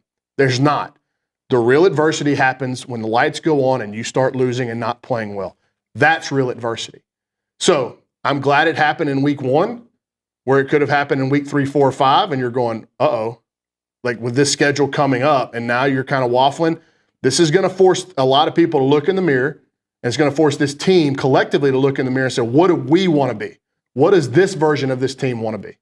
So, Scott, based on what we've seen early, has your confidence about what this team can be been altered at all? No, not really. I think that the questions that this team had on how you were going to follow up 3 pretty good starters is still the questions that have to be answered. Yes, you have an injury that takes a preseason All-American out of your lineup. That has opened the door for a couple freshmen that were going to push, that you were going to see, how can we get these guys in the lineup an opportunity to play, and for one of them to try to reach a level. But the defense looked better the other day. It was not Gavin Grahovic's fault that his injury was affecting him defensively, and A&M was suffering with some stuff defensively through no fault of Gavin trying to play with that injury. You moved Hensler back to third base, and he looks like the guy who's been a 4-year starter at third base. And you have guys to go play second base. So I like where that was. Starting pitching, I still like the lineup. Let's figure some things out in the bullpen. the defense I've already seen get a little better in the one game with Hensler at third base. Let's do this. I mean, let's be real candid about no Gavin Grahovic and no Caden Sorrell. If you knew that going into the preseason, would this be the number one team in the country? Because that's at least one, but potentially 2 first-round draft picks. Yeah. That's what it is. If you take Wade Taylor, you don't have to take Wade Taylor, but if you took Zurich Phelps and Solomon Washington out of the Aggie basketball lineup, they're not the same team. When Le'Veon Moss went down, they were not the same team. Right. So what you're saying is when you lose some of your best players, it greatly affects what you can do, right? Josh Stewart you're coming into the year, he was your closer, your guy on the back end of the season. He gets delayed, so he missed this is the first week, and then he gets hurt in his first appearance in week 2. So you are out without 3 high-impact players that you didn't know 5-6 weeks ago that you were going to be without. That greatly affects this team. They can overcome it because they've recruited and they've got depth. But whatever the healthy version of this group is going to look like, that team needs to get out there and they need to play together. And they need to start forming that identity. But to act like this team can't flounder or flop a little bit when they lose 3 guys of the caliber of Grahovic, Sorrell, and Stewart is crazy. That's crazy if you think that they can't, there shouldn't be a step back from there. Right. It's not as easy as just flipping the switch on and saying, okay, TK, go play at a really high level. He has. Okay, Yamal, go play at a really high level. Hey, Sawyer Farr, here's your introduction. Go play at a really high level. It's going to take some of these guys that are filling those roles some time. I hope you get Caden Sorrell back for SEC play. I mean, that has got to be the goal now. But the longer this thing goes on, the more you're going, how long could this really be? Yeah. But you're taking 2 first-round talents out of the order and a seasoned, experienced SEC closer out of the bullpen. Of course you're going to take some lumps. And Caden Sorrell wasn't the guy that he turned out to be when he first went into the lineup last year. You're right. He worked into it. He was getting better as he got there, but he wasn't Gavin Grahovic ready to go at the beginning of the year. He got better. They moved Ted Burton. They put Schott at DH, and that became your best team with that 9 out there on the field. I think that you have to give some of these guys a chance to do that, just like Brauninger When you said. remove Grahovic and you remove Sorrell, and then also at the start through 7 games, Hayden Schott, Gavin Cash, and Jace Lavalette aren't hitting at the level that you know that they can, you've got offensive issues. That's like a real thing. Like those 3 guys didn't plan to come out in the season and start as flat as they have. And Jace really has been flat in the last 3 or 4 games. But for Cash and Schott, who were outstanding in the preseason, and they've both got real skins on the wall at this level, when they come out slow, and then you have the injuries on top of that, man, it makes it really tough, right? Yep. Let's hit a break. We'll come back with more of that. It's the Baseball Bunch here on TexAgs Live. Right now, Heritage Films, the website is yourheritagefilm.com. Your family's got a story, you got a story, your dad's got a story. It's like Oprah. Everybody's got something, right? We all have a story to tell. And I highly recommend you reach out to Chance McClain and his team there at Heritage Films to make a documentary on whatever's important in your family's life, right? Is it your family business? Is it your family ranch? Is it the get-togethers? Is it the holidays? Is it everything? What makes your family unique? Let Chance tell that story in a 2-hour documentary that is going to be preserved and shared for the next generation and the generation after that. It is such a cool thing to watch, a 2-hour documentary that feels like a Netflix movie. That he is the absolute best at telling these. The website is yourheritagefilm.com. Yourheritagefilm.com, 713-893-8341, 713-893-8341.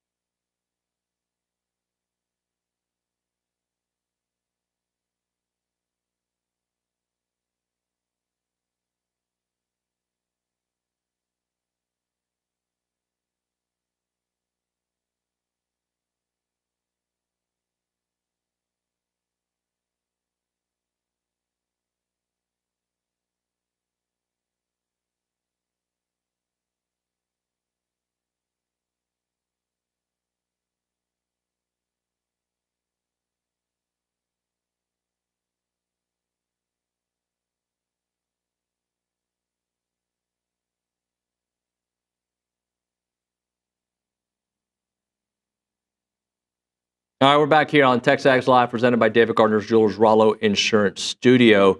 Got the baseball bunch, Scott Clendenin and Ryan Brauninger. Richard had to go work on some stuff. All right, guys.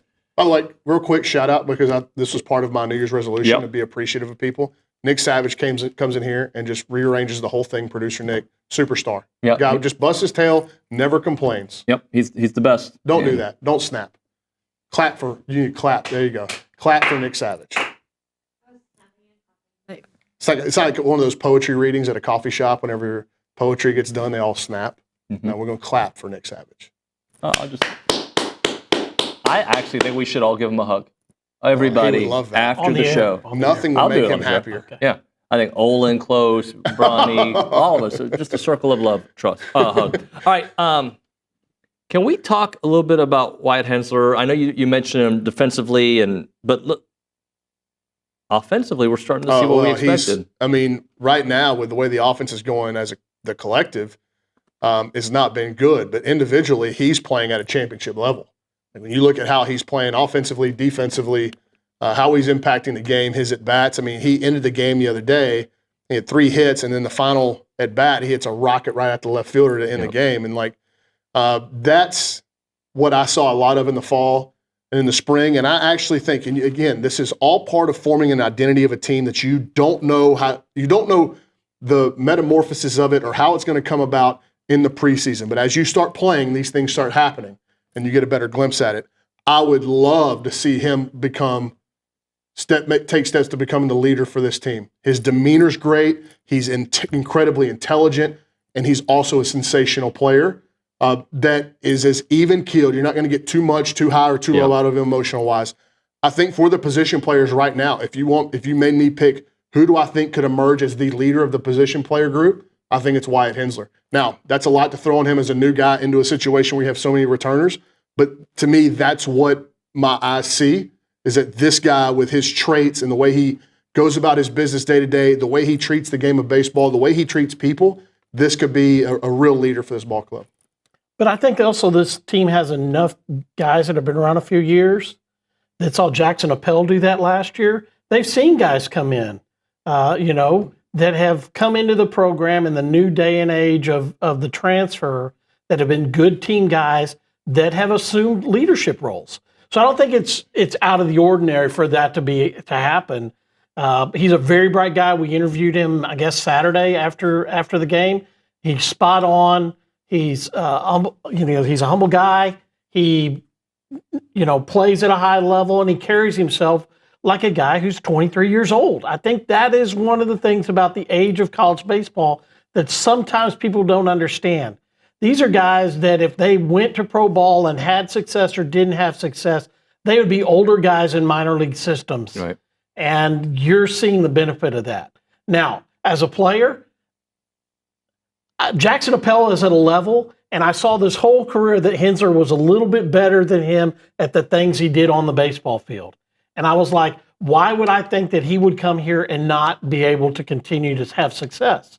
And he has done every bit of that on the field. Well, and going to second base and learning to be a second baseman, putting in all that work so I can be on the field and get our best 9 out there. And then in a day to go, hey, I'm going to go play third base and look like I'm the natural guy that I've always been at third base. That's a credit to him and the player that he has become, and the coaches that he had before making him ready to make that adaptation. Yeah, but also there's guys that are struggling right now that had those same similar skins on the wall as Wyatt Hensler. And so I think him setting the example of how he works through it, how he goes about his day-to-day is just good for everybody to emulate. Sure. And everybody deals with perceived failure differently. And I've known Caden Kent a long time. Caden Kent's not a pouter, ever. You won't get him pouting, but what he does is he gets fighting angry, competitive. And so as Mike Early, but baseball doesn't work where, okay, we're pissed because we've been playing bad. Let's get more angry, so that means we're going to win. It doesn't work that way. You have got to kind of reset what your focus is on how you win, your processes, right? And Coach Early talked about that, about their processes to get them prepared to play through their practices, through their preparations in the cage, where anger and rage gets you out a lot as a hitter. So we're Caden Kent gets. So that's why I was bad at baseball. Gotcha. Perhaps.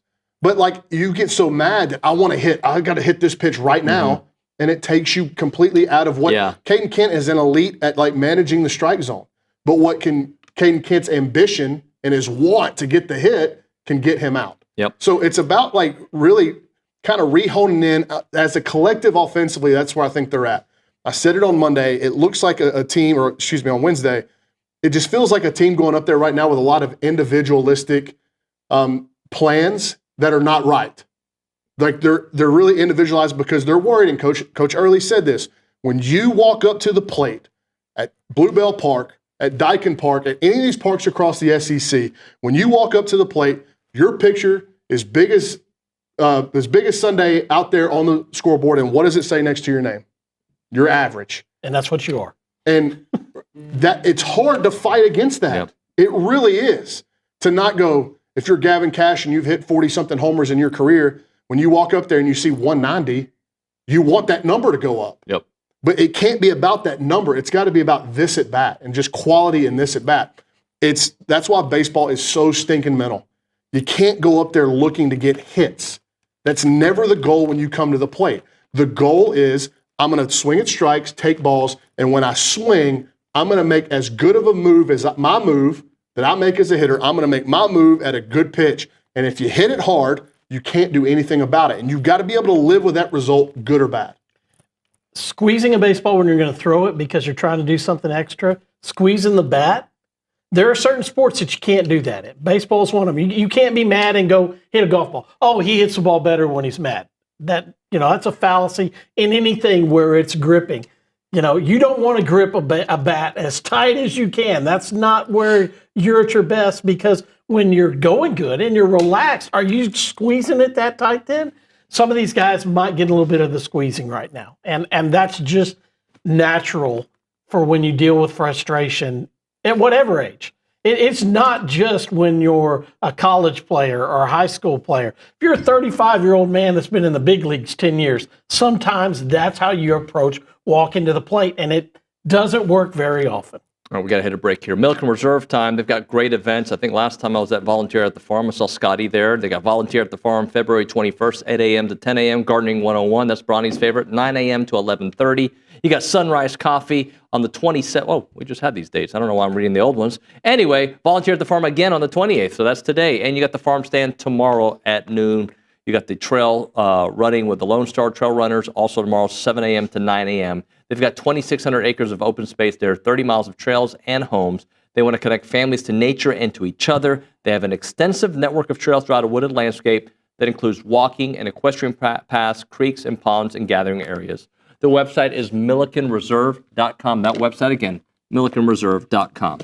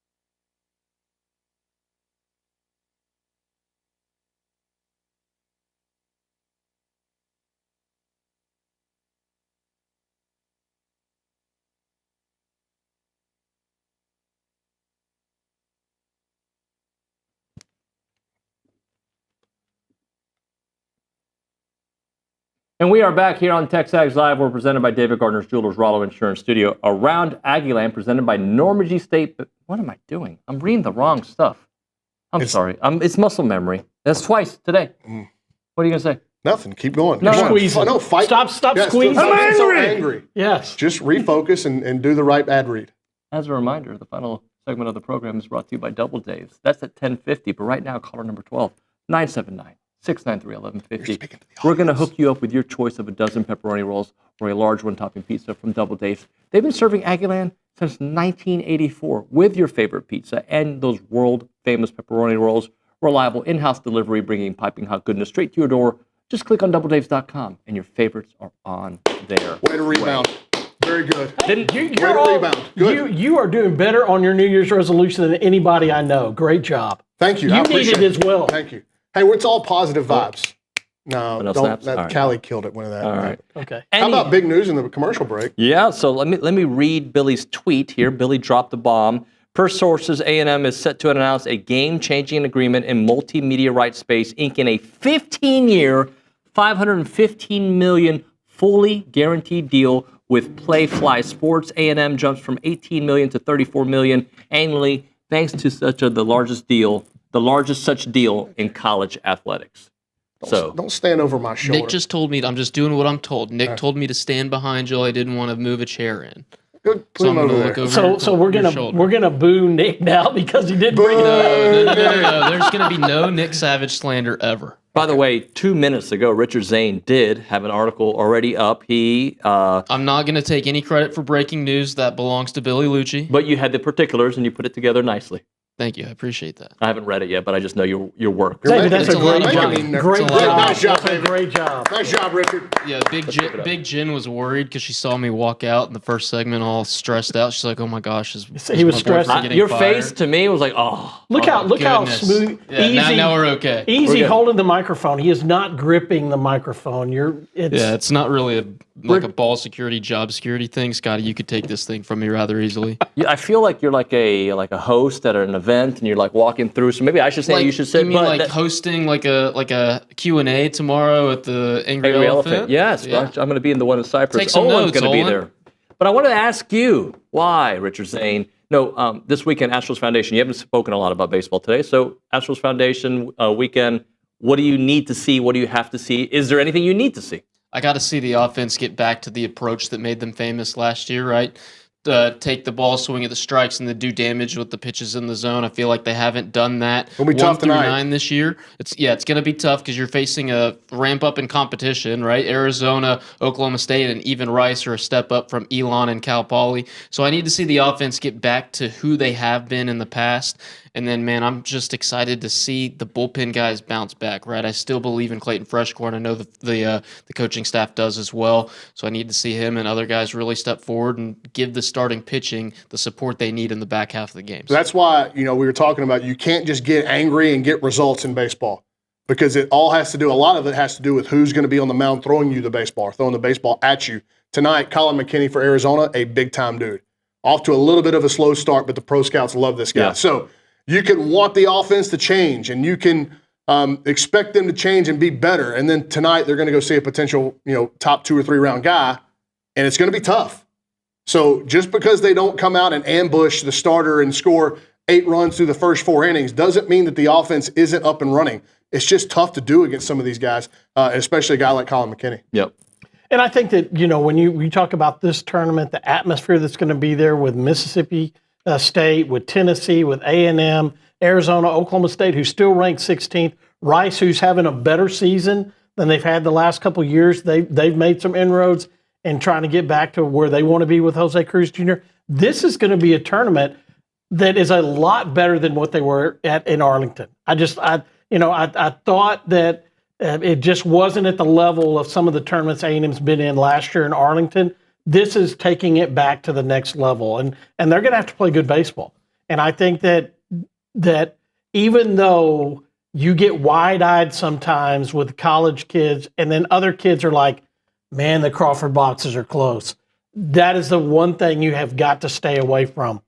This park, as many games as we've seen there, David, if you hit it to the middle of the field, the ball goes to die. And if you try to hit it over the Crawford boxes, then you're grounding out the whole game. You've got to relax and play your game like you're playing in your normal park. What's the mood going to be on Monday, Bronny? I hope encouraged. You know, there's no way to really tell. This team has just got to form an identity. And sometimes when you get on a bus and you go play and it's just you and your teammates in a hotel and a coaching staff, that identity begins to form. Probably tired. Sunday night game, having to drive back to College Station. What time does that game start? 6 o'clock. Oh. All right. Final words there from Richard Zane. Thank you, buddy. All right. When we come back. It's like Oprah over my shoulder hosting the show. I know. He's pretty good at it. He's a good host. When we come back, I think Billy Liucci will be joining us. We'll talk about the media rights deal, Play Fly Sports, and what it means for A&M moving forward. And we'll talk some football. We'll talk some basketball. We'll talk some baseball. It's TexAgs Live.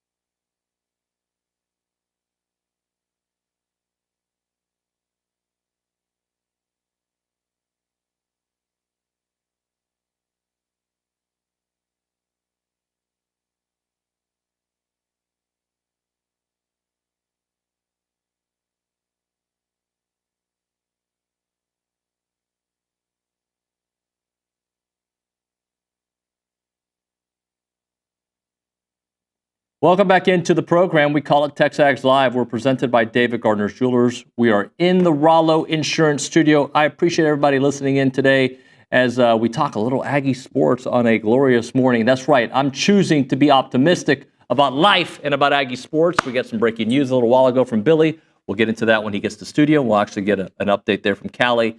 We've got Aggie basketball with a huge game. Stop the bleeding game against a top-ranked team. And in Florida, and we got Aggie baseball, as we talked about with the baseball bunch, with a tough series there at Daikin Park, Minute Maid Park, to me. All right, let's go to the Angry Elephant News and Social Center. By the way, you've heard it a few times today. Olin will be there tomorrow at the one in Cypress, the Cypress location by Fairfield. So if you're in the Houston area and you just come down Grand Parkway and 290 area, that's where it's in that area, right? Fairfield area. We'll be there from 4 to 6. Olin will be there. I'll be there. We'll be just chit-chatting. I don't know if we're going to be doing like Q&A panel form or if we're just going to be going around tables, but whatever. We'll make it fun. Hope I can meet a bunch of you guys. I know Olin's looking forward to it as well. And what else do we have going on? We got that. That's 4 to 6. All right, we go to the Angry Elephant Youth and Social Center. Kalita. Yeah. So big news announced this morning. According to TexAgs co-owner Billy Liucci and Richard Zane, A&M Athletics has signed the largest media rights deal in the history of college athletics. Texas A&M and Playfly Sports have agreed to a 15-year deal. The announcement from the university officials will come later this afternoon or this morning, we expect. The deal is going to be $34 million annually for a total of 15 years for $515 million, which is supposed to be fully guaranteed. So that's really, really crazy. Numbers like that are wild. Coming from the $18 million that was from Learfield now to $34 million is a really big jump. And the deal with Learfield expires later this year. That was a 10-year deal, and now we're going to a 15-year with Playfly. So, and I know others, I can't remember which other programs have it, but there's a couple in the SEC that have Playfly. Yeah, Auburn, LSU. Auburn and LSU. So it's so what does that mean for A&M is, I guess, I understand what financially it means for A&M, but I'd like to get Billy's perspective on what this means. But it puts A&M as leaders in this department. For sure. Changes the financial ability and what kind of effect does that have on NIL? What kind of effect does it have on resources for A&M that we know was already good? Mm-hmm. But I'm going to kind of use this topic and bring the combine topic earlier that is out there with only 3 A&M football players at the combine compared to 97% of their schedule, or at least SEC schedule. What was it? Brauninger told us at the break. It was Mississippi State and one other school that had less than A&M, but everybody else 5, 7, 9 play. So 13. So how does this help continue to bring more talent, not just to A&M football, right, but to all the other sports as well, and the trickle down effect? So we'll talk to Billy about that when he gets here in studio. I think Carson's going to try to call him here in a minute. So if we get him. What else do you have for us, Kalita? Yes, interesting women's basketball news this morning. I know the top half of the SEC in women's basketball is really, really solid this year.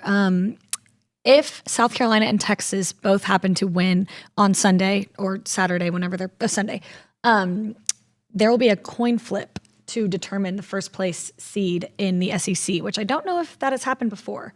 And the coin flip will be televised on the SEC network during halftime of the Ole Miss LSU game on Sunday evening. So I don't know how I feel about that. I feel like there's got to be some other metric that they can boil it down to. Like the American League team that wins or the National League team that wins the All-Star game determines home field advantage for the World Series. Yeah. That one? You like that? I mean, I don't even know what I haven't dug too far into their schedules this year. I think Texas beat South Carolina this year once, and maybe South Carolina, I don't know if they played twice. So maybe there's not a head-to-head matchup. That's just crazy to me, a coin flip. I mean, I know seeding 1 versus 2 is not the end of the world when it comes to the SEC tournament with the double buys and everything, but it's just interesting that that was their only, I don't know what you call it, determining that was factor. The determining factor. That's going to be how we find out the 2 seeds. Yeah. That's just. And I don't know where A&M will be, but can't buy now. What else?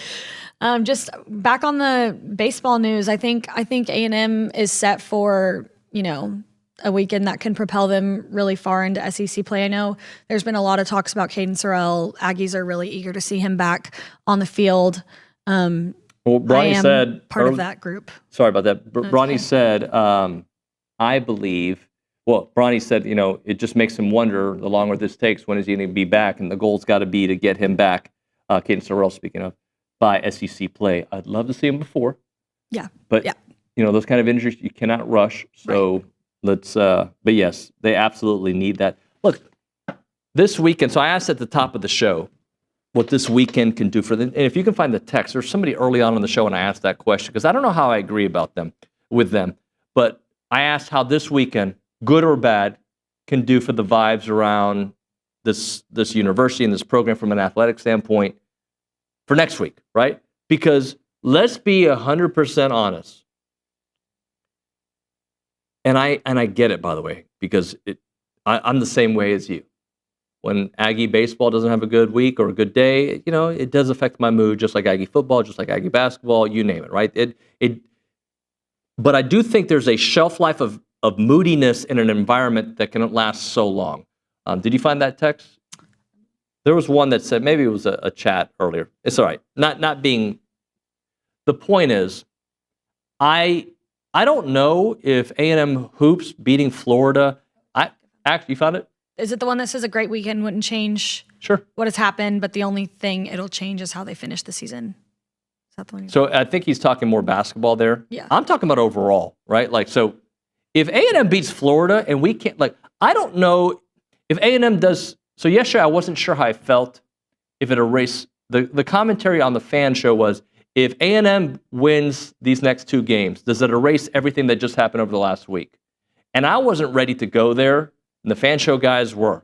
And that, with a little bit of distance, I don't know if erase is the right word, but I'll take it, right? Like, I'll feel much better. If A&M beats Florida and Auburn, which is a tall task, right, over the next week, how am I going to feel about things? I'm going to feel way better, 1,000% better, right? How can you not? As for this weekend, if A&M goes to Florida and beats the number 3 team in the country, huge if, and Florida's just that's a team there, right? They're solid. But if A&M goes on the road and beats, yes, my mood will be significantly better on Monday. Yeah.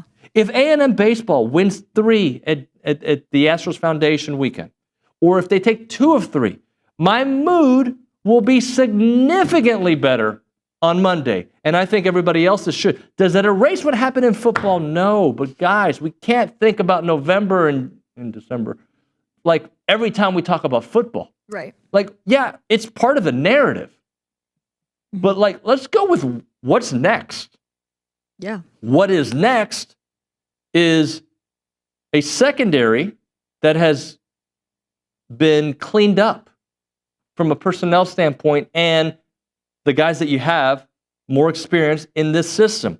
What has happened to the linebacker, I'm talking defense at the moment, is more experience. Coach Elko taking on a more hands-on approach. Coach Bateman kind of sliding into where he's more comfortable handling that portion of it. And I say those things, understanding what's happening with basketball and baseball, and I get the bad moods, and I get it, but you can't allow it to linger. You can, it's happening, but I was unhappy with everything that happened Aggie basketball over the last week. Been very unhappy. Mm-hmm. I didn't like the Mississippi State game. Yeah. Hey, who could have liked that game? There was nothing to like about it. There was takeaways from the Tennessee game that I liked, but I didn't feel, I'm never going to be happy that they lose a game. They fought to the very end. I don't care. Vanderbilt, look, they got them on, that's, yay. I'm glad they fought to the very end. Yeah. But my thing is, all right, how do they fix it? Because we've seen this team beat quality top teams and build up such cachet that they're still a 3 in bracketology by Lenardi, right? With all that has happened, they were a 2 heading into Vanderbilt after losing 2 straight. They're a 3 losing 3 in a row. Now, what are we going to feel come next week when SEC season is over? Is it a win streak per se? Is it a continuation of this losing streak? But for basketball, and I'm going to say it over and over, for basketball, it is all about what they do in the tournament, right?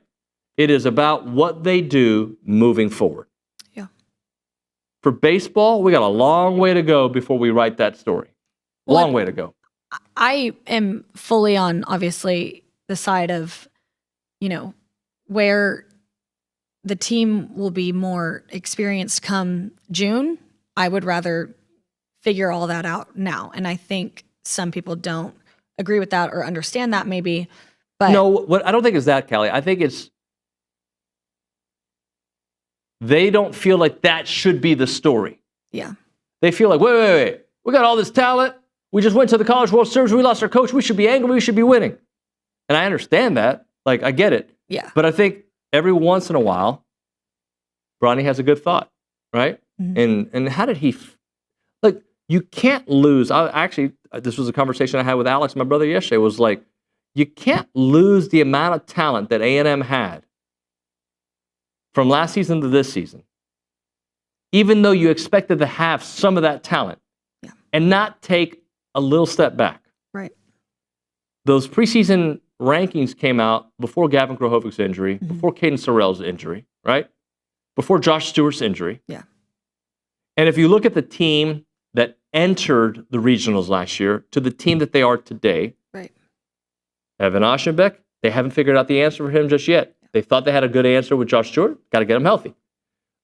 Chris Cortez, like the back end of your bullpen, which has been what? An issue this year. Right. I'm not justifying, by the way. I'm just saying I can understand. Maybe it is justifying. Maybe I am justifying. I don't mean it to be a justification. I'm just saying I can understand why there's been a slow start. Yeah. Slower than expected start, right? I can get it. But I don't understand jumping off. Like, we've seen this team. Yeah. We've seen the bulk players. of this team win games, right? We've absolutely seen that. Mm-hmm. Got some text messages that came in, Kelly. Yeah, we have a text on the basketball front, and it says, even if we get lucky and beat Auburn or Florida, that does not automatically mean it will translate to success in the tournament. Would you be happy if they beat Auburn or Florida or both and then make it out in the round of 32 again? No, it doesn't. Look, this is what I want. Whatever story gets me to the next weekend in the NCAA tournament, like, yes, I want to go to the Final Four, Elite Eight, yes. But for me to walk away that this was a successful season, I need to see success in March. Me personally. Yeah. We all have our own metrics to use, right? But I need to see success in March. Beating Florida and Auburn will feel fantastic in the moment. How will we feel if they lose early in the NCAA tournament? Another season that just didn't reach the potential that we thought it would. Last season, they won in March. That was a step. They beat Nebraska, the Japanese curry. They went Toshinaga. Tominaga? Tominaga. Yeah. Tominaga. Who, by the way, annoyed me in that game with his theatrics, and Wade schooled him. But they won. That was a step in this for sure. Current program's trajectory for the Buzz Williams years. I also think the way they won that game. Yeah. And unfortunately, they lost the U of H game. There's two thoughts there. What an amazing comeback. Anderson Garcia have given us life. You could only hit a free throw. Right. How many times have we said that this season? Right. There's been a lot of that. But for success, regardless of what happens, if they lose out or they win out or they go, whatever, it's 3 games left, they go 1-2. Whatever it is, for me, the success is going to be determined in March. Because you could have been a 2 seed and lost in the second round, and we feel like it was an unfulfilled year, right? Unfulfilled of potential. Or you could be a 4 seed and get to the Sweet 16 or the Elite Eight and feel really good about, hey, this A&M program has made the right strides. Yeah. It all comes down to that. But when it comes to vibes, when it comes to where we are, baseball gave us a magical run that had a very sad ending and some drama to finish that, right? Football gave us a bumpy start, then an amazing run, and a terrible finish. Mm-hmm. But I don't think we have to like just all A&M sports or this and that. The A&M sports, I think many of you have had some of the best sports moments of your life following these teams. Mm-hmm. March Madness with Billy Kennedy, the comeback, right? The Johnny years, the 2020 season, baseball this last year. Maybe they're too and far between for you, but they have given us some of the greatest moments. And I'm not going to say I'm going to go back to 2012 as, what I can hold on to. It's been freaking 13 years, right? Yeah. Or 12 football Which doesn't years, feel like that. right? But what I'm saying is I don't want to just be negative Nancy about everything. Right. I want us to figure it out. Yeah. I'm hoping this play fly sports thing is another step to figuring it out. I am hoping that Coach Elko in year 2 figures out some of the issues that plagued this team last year. I'm hoping Coach Elko, and this is all hope, right? I'm hoping Coach Early, gets the right formula for these guys and they start to click. I'm hoping that the losing streak in basketball ends. I'm hoping that Trisha Ford continues to dominate. We're all hopeful of that. So let's have that hopeful vibe. Not for everything, because look, I got my questions about football. Right now, I hate seeing that Bet Online win total. I hate seeing it. Yeah. I hate seeing it. But I'm barely above it right now. I got to see more. Yeah. And I think we have a spring game to watch. At least we do. And though I can make more assessments. All right, we'll hit a break. I think I've been told Billy's in the building. We'll chat with Billy here in a moment. Right now we're talking Costa Vida. Delicious. Love Costa Vida. They're awesome. When you go there in South College Station, you can go for breakfast and get your breakfast tacos. I like eggs whenever possible. I'm an eggs in the morning guy, and I'll have eggs again at dinner. All right? Breakfast tacos are fantastic at Costa Vida. You'll love them. They have great quesadillas. Like you want them quick and done, like right in front of you. Go to Costa Vida. Quesadillas are fantastic there. You want to go to Costa Vida and get yourself tortilla soup. Who doesn't love a nice tortilla soup? Maybe one of you, but the rest of you I know love it. It's fantastic food, fresh Mex done the right way. Holly is wonderful, wonderful host, wonderful owner, wonderful person, wonderful Aggie. And she's got a great relationship with Aggie Athletics. It is Costa Vida in South College Station. They are Aggie owned and operated. 4501 Mills Park Circle in College Station. It's Costa Vida.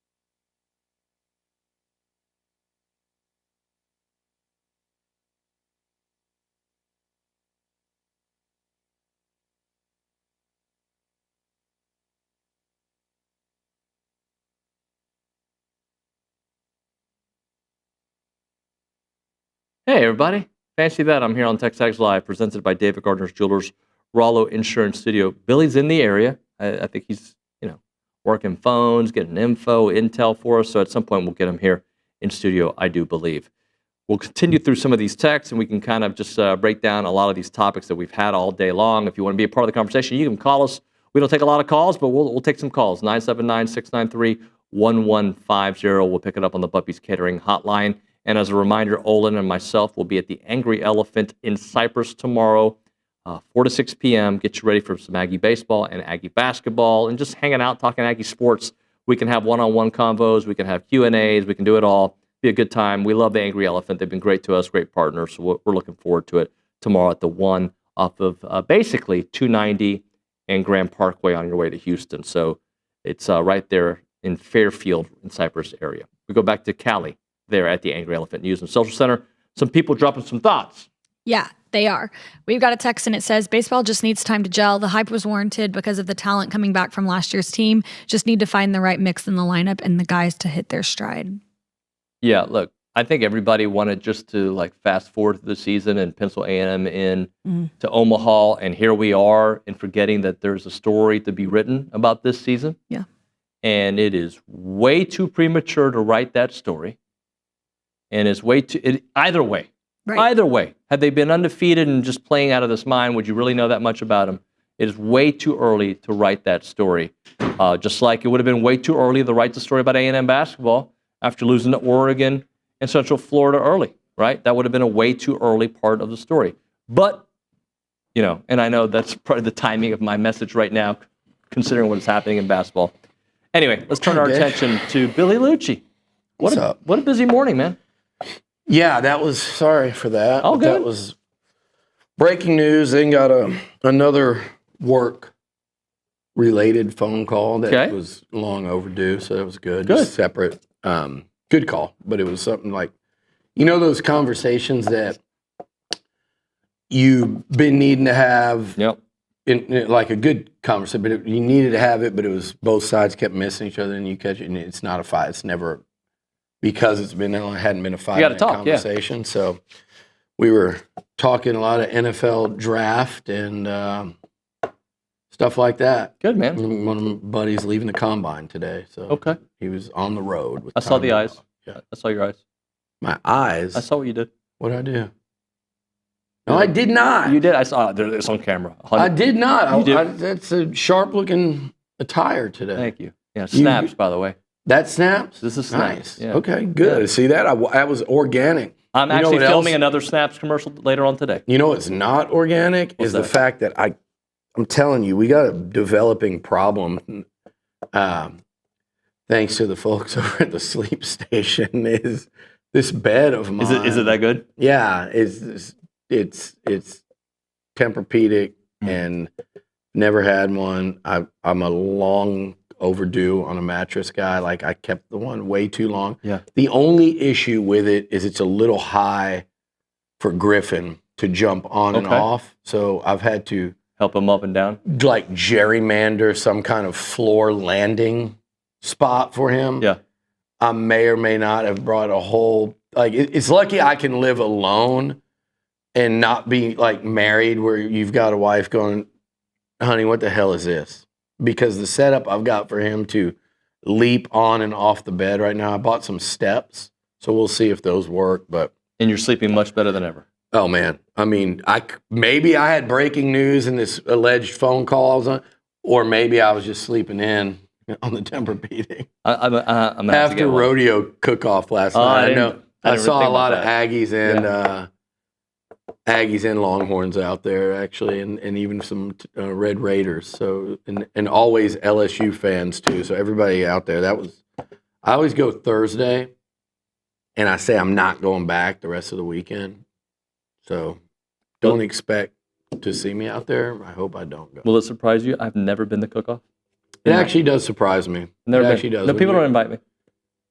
I figured some of you are 15. Granado never invited you. No, I wasn't part of that. You didn't make his cut? No, I didn't make his cut. I didn't see him. I saw everybody else last night. No, I was on the afternoon show. I was on the midday show. I wouldn't invite you anymore. I would have back then. Why not? That'd be fun. I partied with you in Nashville, and I stayed out just as late as you did. Twice. It's not true, but you did stay out. Past midnight. Yeah. Richard Zane went before I did. You did. Yeah, and I'll keep going. But I'm not going to keep going if we're just going to stand there and like, I can't. Well, do that's that. how it starts, and then it gets going. That's true, especially with those guys in Nashville. Yeah. All right, let's talk about this breaking news because I wish I would have my napkin that I was writing on at breakfast, but go on. So 15-year, $515 million fully guaranteed deal with Playfly Sports. A&M jumps from $18 million to $34 million annually, thanks to the largest such deal in college athletics. You tweeted that earlier. So look, I understand what it means. But what does it really mean? Like, help us understand what doors this opens. Well, and first of all, that was Trev Alberts. You know, people. Mm-hmm. You know, you like to see like the results. So that there it is, right there. Like that's a lot of work that went into that, and that is a. Not only is it, and it's an incredible deal in terms of it. It's burst through whatever people perceive the ceiling to be on this thing. And Texas A&M now has the largest, the most lucrative, fully guaranteed media rights deal in college athletics. Think about that statement. And then also think about how difficult that was for Trev Alberts and anyone else involved at Texas A&M to pull that off. Right. Like, you did something that has yet to be done in college sports. And it's going to, I said the words game changer because it's going to change the game. Because it's just like building the best facilities, the best stadium, having the best NIL set. Like people are going to, copy and, say, okay, they did this. So for A&M to be the one to burst through that ceiling, it's completely going to change the game and how it's played with these multimedia rights company. They went from Learfield to Playfly, which is, they essentially opened it up to bidding. And it just proves a lot of people, we look at the wins and losses and look, seriously, we're going to talk even today about basketball, baseball, football. Like the wins have to come. When you say stuff like this, though, they are separate. You don't have to caveat that with, oh, we got all this, but the wins don't. No, this will ultimately, two things. It will help you, continue to help you try to get there. And we all know how difficult a climb it's been for A&M to, quote, get there. And what I'm talking about by get there is national title. It's top 10 programs. Sustainability. It's the ability, if you want to keep a coach, to keep the coach. It's the ability to, if you lose a coach, to go make that splash higher. Because all of that is about money and stability and leadership. And this deal indicates all three. Yep. I mean, it guarantees the money. You're going from $18 million a year to $34 million a year. It shows leadership and vision in this changing era. And it also shows how, and this is what people have a hard time wrapping their head around, and they need to start realizing it and stuff. Like people outside of the A&M bubble need to start realizing it, and they will with things like this. And people inside the bubble need to realize, like, yes, this is a powerful, powerful, big brand.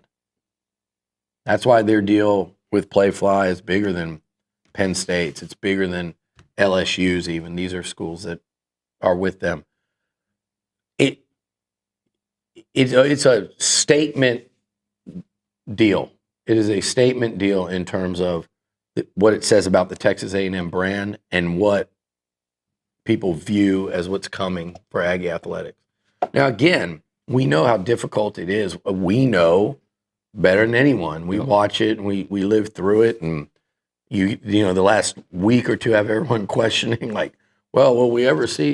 Yes, you will. And part of it is because of commitments like these, and the power of, I'm pointing at Tech. I mean, the power of that brand and what they're. So this is a really massive day, and another reason why it is, and this is where Trev, I think, really, I haven't met someone, and he's going to probably come on with us here pretty soon, that's so looking 2-3 steps ahead in terms of where college athletics is headed.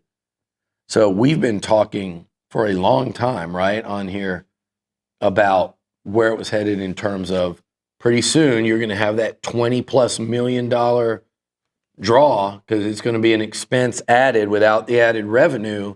Okay, you're paying $20 million a year now to athletes via NIL out of your athletic department. Okay, well, that's it's like we said before. If we just add an expense to TexAgs without any revenue, we're in trouble. Yep. And you heard Chris Del Conte this week saying they want to fully fund all sports and not lose any sports. That's also the goal at A&M and everywhere else. And because there are problems coming up ahead when you add that type of expense without revenue. Well, guess what? Going from 18 to 34 million a year, A&M just in the snap of a finger. It wasn't that easy, but once that deal was inked in, and for us it's a snap of a finger. They just added $16 million to they just added $16 million of that 20 essentially, because what you're making off your media rights just went up by that much annually, and that's the type deal that schools are going to have to. Otherwise, you are going to be, and even then, like sports are in jeopardy. All that scholarship money, the ability of athletic departments to survive, even. So this deal is like, I'm sure there'll be people in college sports that are pissed off that recently signed deals. Sure. I don't know, like if Texas recently agreed to one, or Oklahoma, or Alabama, or whoever, they're looking up today going, wait a second. We did, maybe a $20 million deal. How the hell did that Texas A&M pop up and drop $34 million, a month, 2 months, 6 months later when they're locked into these long-term deals? So there's going to be a lot of unhappy athletic directors and athletic departments today. But at the same time, there's probably going to be an awful lot of happy ones because, like I said, A&M's just set a new bar that's far and above anything that was out there. So this is, it's significant on a lot of fronts, particularly for what it means for Texas A&M, but also it's going to send a ripple effect through college athletics. That's how big a deal this is. And I know we see it, and if I wasn't, privy to like how long like this has been a thing that's been going on for a while, but if I just woke up and read that today, a lot of Aggies are probably reading that going, oh, cool. Like, oh, that's good. You just see it and go, that's good. Or unfortunately, some probably see it and go, oh, what more money? No, it's money that you need right now. If you care about Aggie sports, which you do, whether you're glass half full, glass half empty, whatever, pessimistic, optimistic, whatever you are, if you all those people that I just referenced care. And if you really care, when you look at that deal and your reaction is, oh, that's cool, that's good, or if your reaction is, oh, just pour more money into it, the answer is yes, you have to. Because if you care, and if you're going to the SEC track championships today, and you like watching Aggie softball climb the national rankings, and you like what Jamie Morrison's doing at volleyball, and you're hopeful that what Mike Elko's building at football and to construct a roster in 2025 and what that takes. All of those things, it's more than just reading it and going, okay, cool. It's like you should be really fired up and go, damn, that makes me feel so much more comfortable and secure in where things are going with A&M athletics. Because I promise you, every school in college sport, every program in college athletics, and there's a very small group right now that feels really comfortable and really secure. And I'm not even saying A&M feels that way after today, but they just took a massive step towards being able to go, okay, this thing's getting crazy and we don't know where it's going to go, but we feel better than ever today that we are amongst the haves and not the have-nots, because there are a lot of programs that you would never think would be a have-not that could be in this changing space. So A&M just basically established themselves and took up residence in the haves and said, we're not going anywhere for a while in terms of financial security and stability and the ability to continue on in this college athletic world. So I think it's a huge deal. I think Trev Alberts and everyone involved at A&M, they ought to be proud of themselves today, and they accomplished something pretty significant. I'm going to read this, and I'm going to go to a break. This is from the Sports Business Journal, and it says, a Texas A&M fan site cites sources are saying the deal is worth $515 million and is fully guaranteed. The site's TexAgs. Business Journal is always good to us. I'd rather see TexAgs. All right. Did someone you know, or did you graduate from Texas A&M in the last 12 years, and are you leading by example in business and in service? If that's the case, the Association of Former Students would like to invite you to nominate yourself or someone that you know for the 12 Under 12. Each year, the association recognizes a dozen Aggies who have graduated within the last 12 years for their business accomplishments, civic or military service, philanthropic efforts, and outstanding representation of A&M and those core values of excellence, integrity, leadership, loyalty, respect, and selfless service. Previous year honorees have included leaders in business and higher education. You got architects, petroleums, engineers, nonprofit executives, physicians, veterans, members of the U.S. Armed Forces. 2025 nominations close on Saturday, March 15th, so be sure to submit a nomination soon. To learn more about this recognition and submit a nomination, please visit tx.ag/12under12 nominations. It's the Association of Former Students.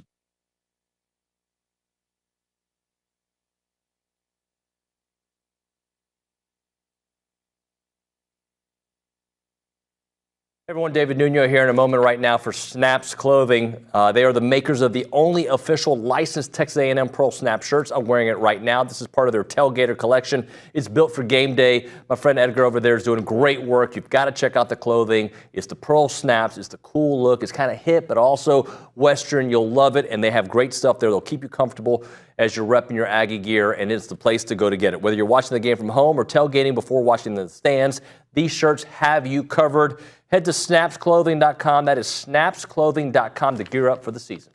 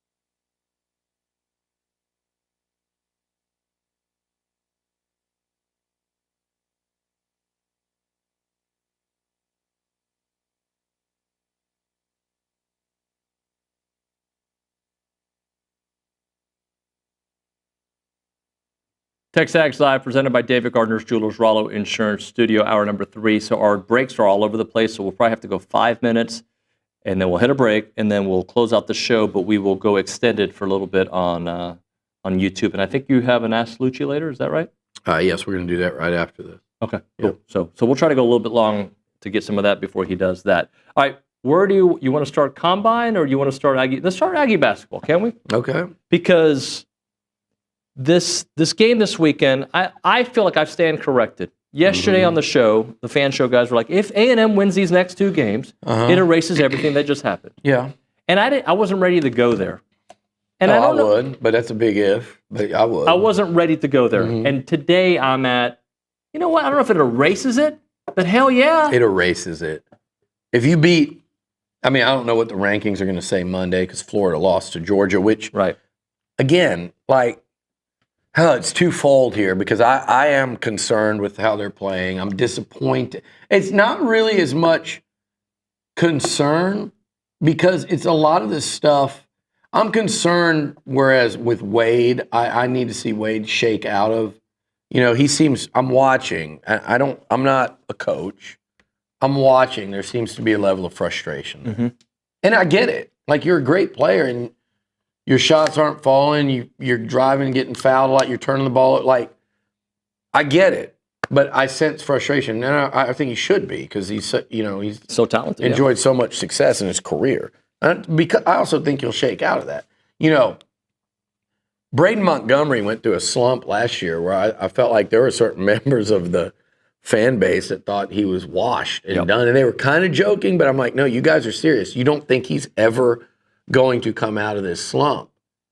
But he's a great player. And it had been proven over a period of years for Braden that he's a great player.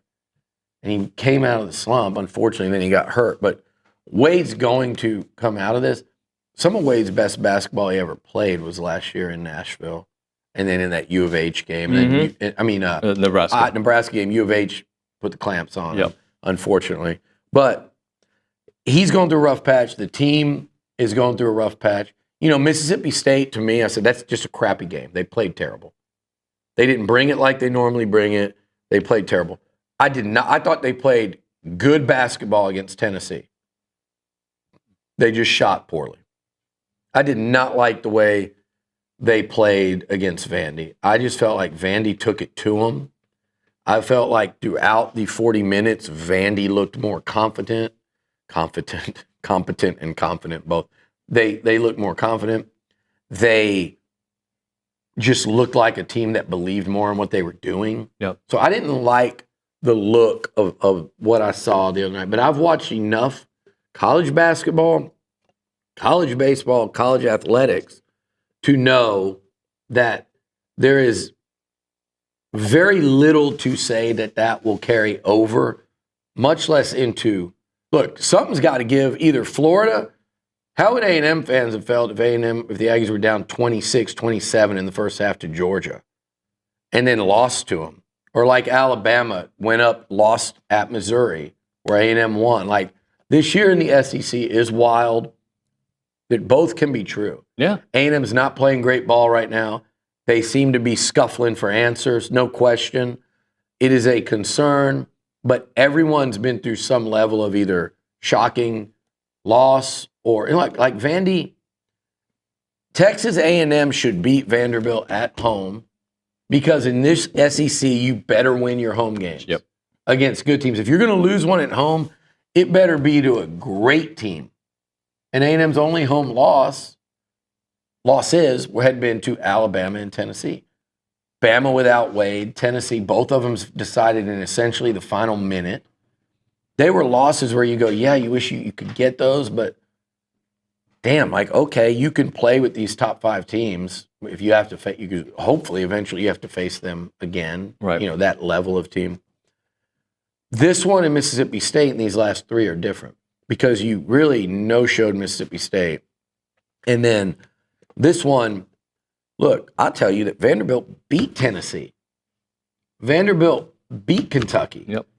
I forget who else they beat. They have another quality win in there. And I don't think Texas is necessarily that. It's barely, they might not make the tournament. They beat Texas. Vandy is they're going to be a tournament team, but you need to beat them at home. You you need to fight and find a way and win that ball game like you did Arkansas, like you did Georgia, like you did Missouri on the road, like you did even a lesser team like South Carolina. You need to fight and find a way to win. And on top of that, I know it was a 2-point game, but Vandy they just played better. They played cleaner. They were in control from that 15-13-2 run early in the first half on. And I know the Aggies tied it. I think they took a 2-point lead at some point. Vandy was just better the other night. So, David, I'm not concerned longer term because the way A&M is losing is some of the, it's what's concerned us. That if they go out of this tournament, it's going to be because they go through this extended low scoring stretch. It was earlier free throws. We're quiet about that now because they're making the hell out of them.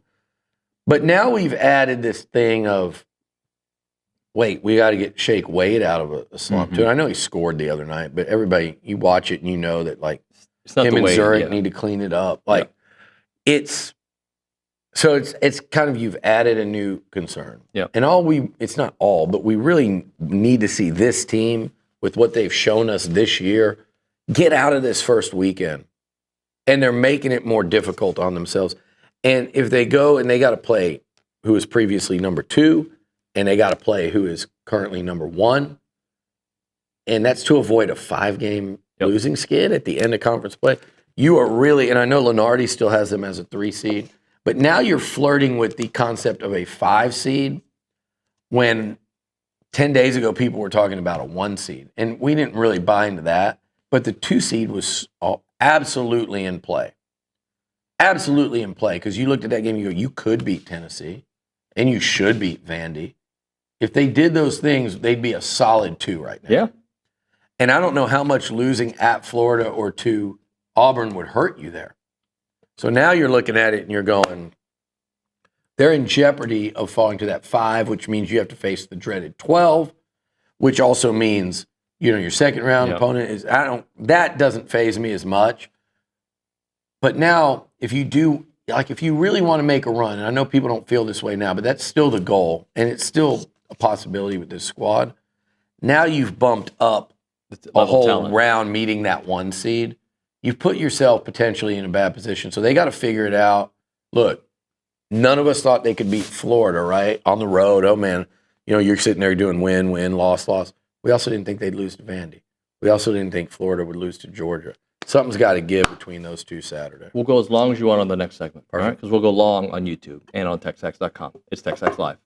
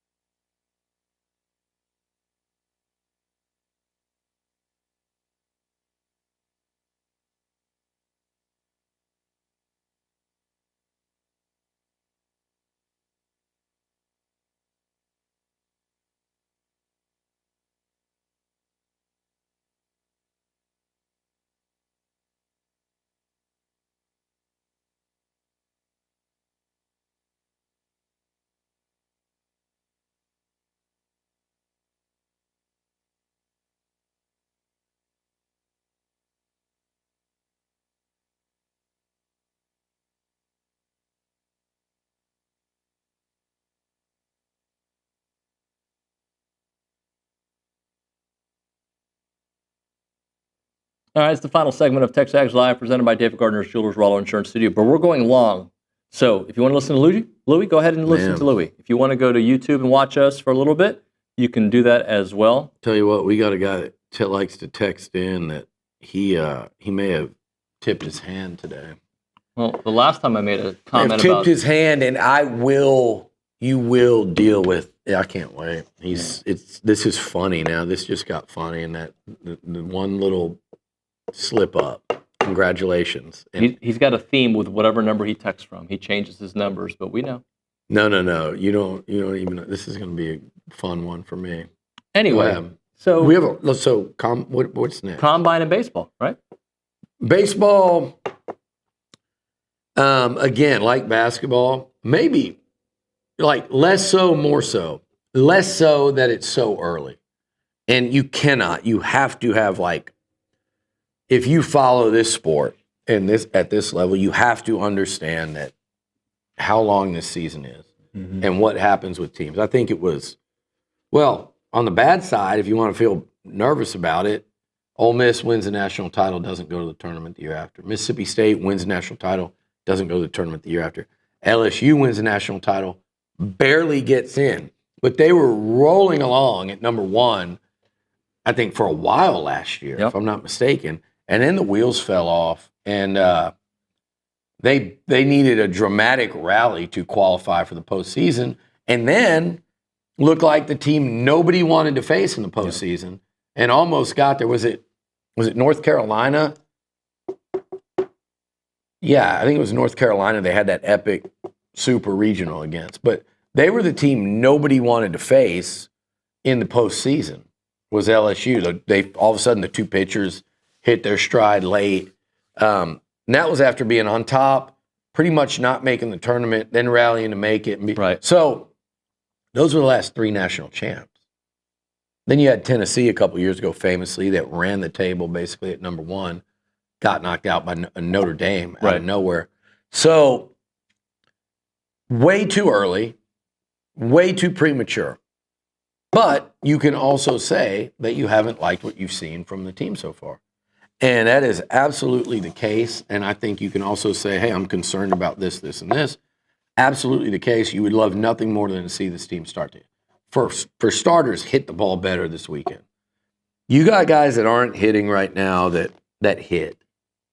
So I just need to see that start happening.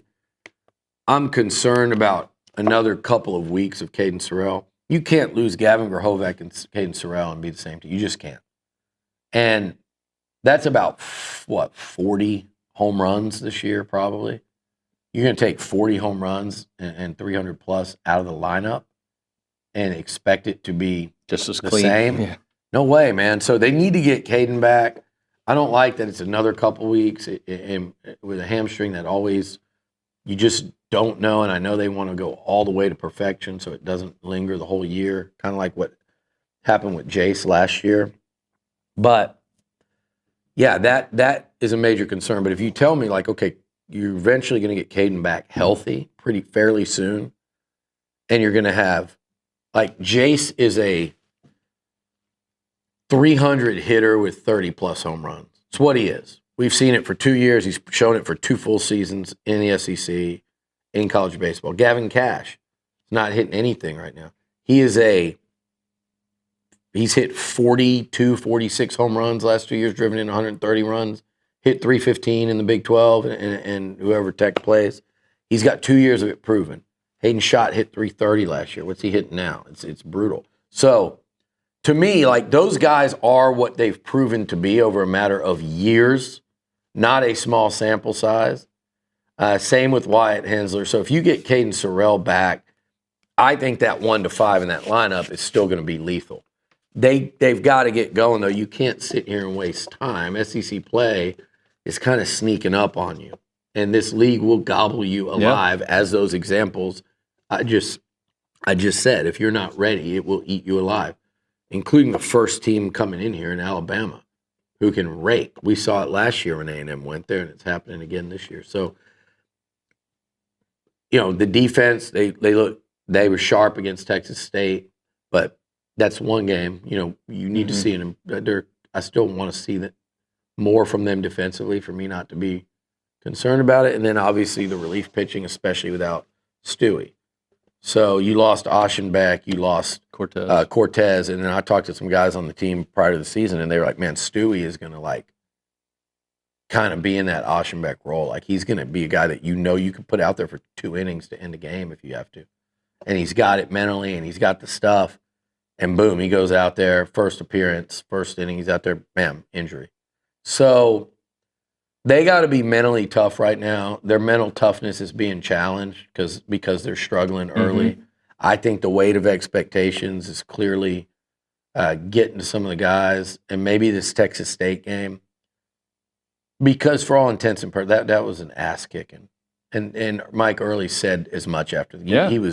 He did not mince words. I like what I hear from him. He was pissed. Yeah. But he also held it together there. But you could tell that was a pissed off head coach that thought the performance pretty unacceptable. And the stuff he said, like one of those teams looked like they just wanted to go out there and take it more. And I get that with an underdog playing number one. But right now this team doesn't have that level of, I hate the word, we overused it 10 years ago, but swagger, that confidence, that just kind of pep in their step, like that fun. They don't look like they're having as much fun right now. It's because they're struggling. Yeah. So they just got to get out of it. This would be a perfect weekend to do it. But again, it is such a long damn season. It's not just for A&M. There are going to be teams that are rolling right now that hit struggles far worse than what A&M's going through. So you just have to see. I would love to be, David, in a spot where I felt like I would love to see them be undefeated right now against inferior opposition, with the exception of Texas State, who's pretty damn good. But the first 2 weekends they played inferior opposition. I would have loved to have seen them just pounding them, hitting the baseball, relievers stepping up. That's been a mixed bag there. So TBD on everything, but I am far from a sky is falling person when it comes to A&M baseball, because I know what those guys can do. And I think Early's going to be a real steady hand with them through the season. And it is a long It's season. a long season. Can we, before we go, because I know you're going to record here in a few minutes, get to some combine thoughts? Yeah. Because I know Shamar Stewart obviously had the big day. I know that there's a lot of chatter with some of your NFL friends about what's happening with NIL. Yeah, they're shocked right now. Like the more and more of these guys that come up there and they're seeing, like, I've always said it's going to trickle up. You're getting kids now that grew up in this 7-on-7 and this, camera film crews that they're training from when they're 9 years old, and highlight reels and set to music and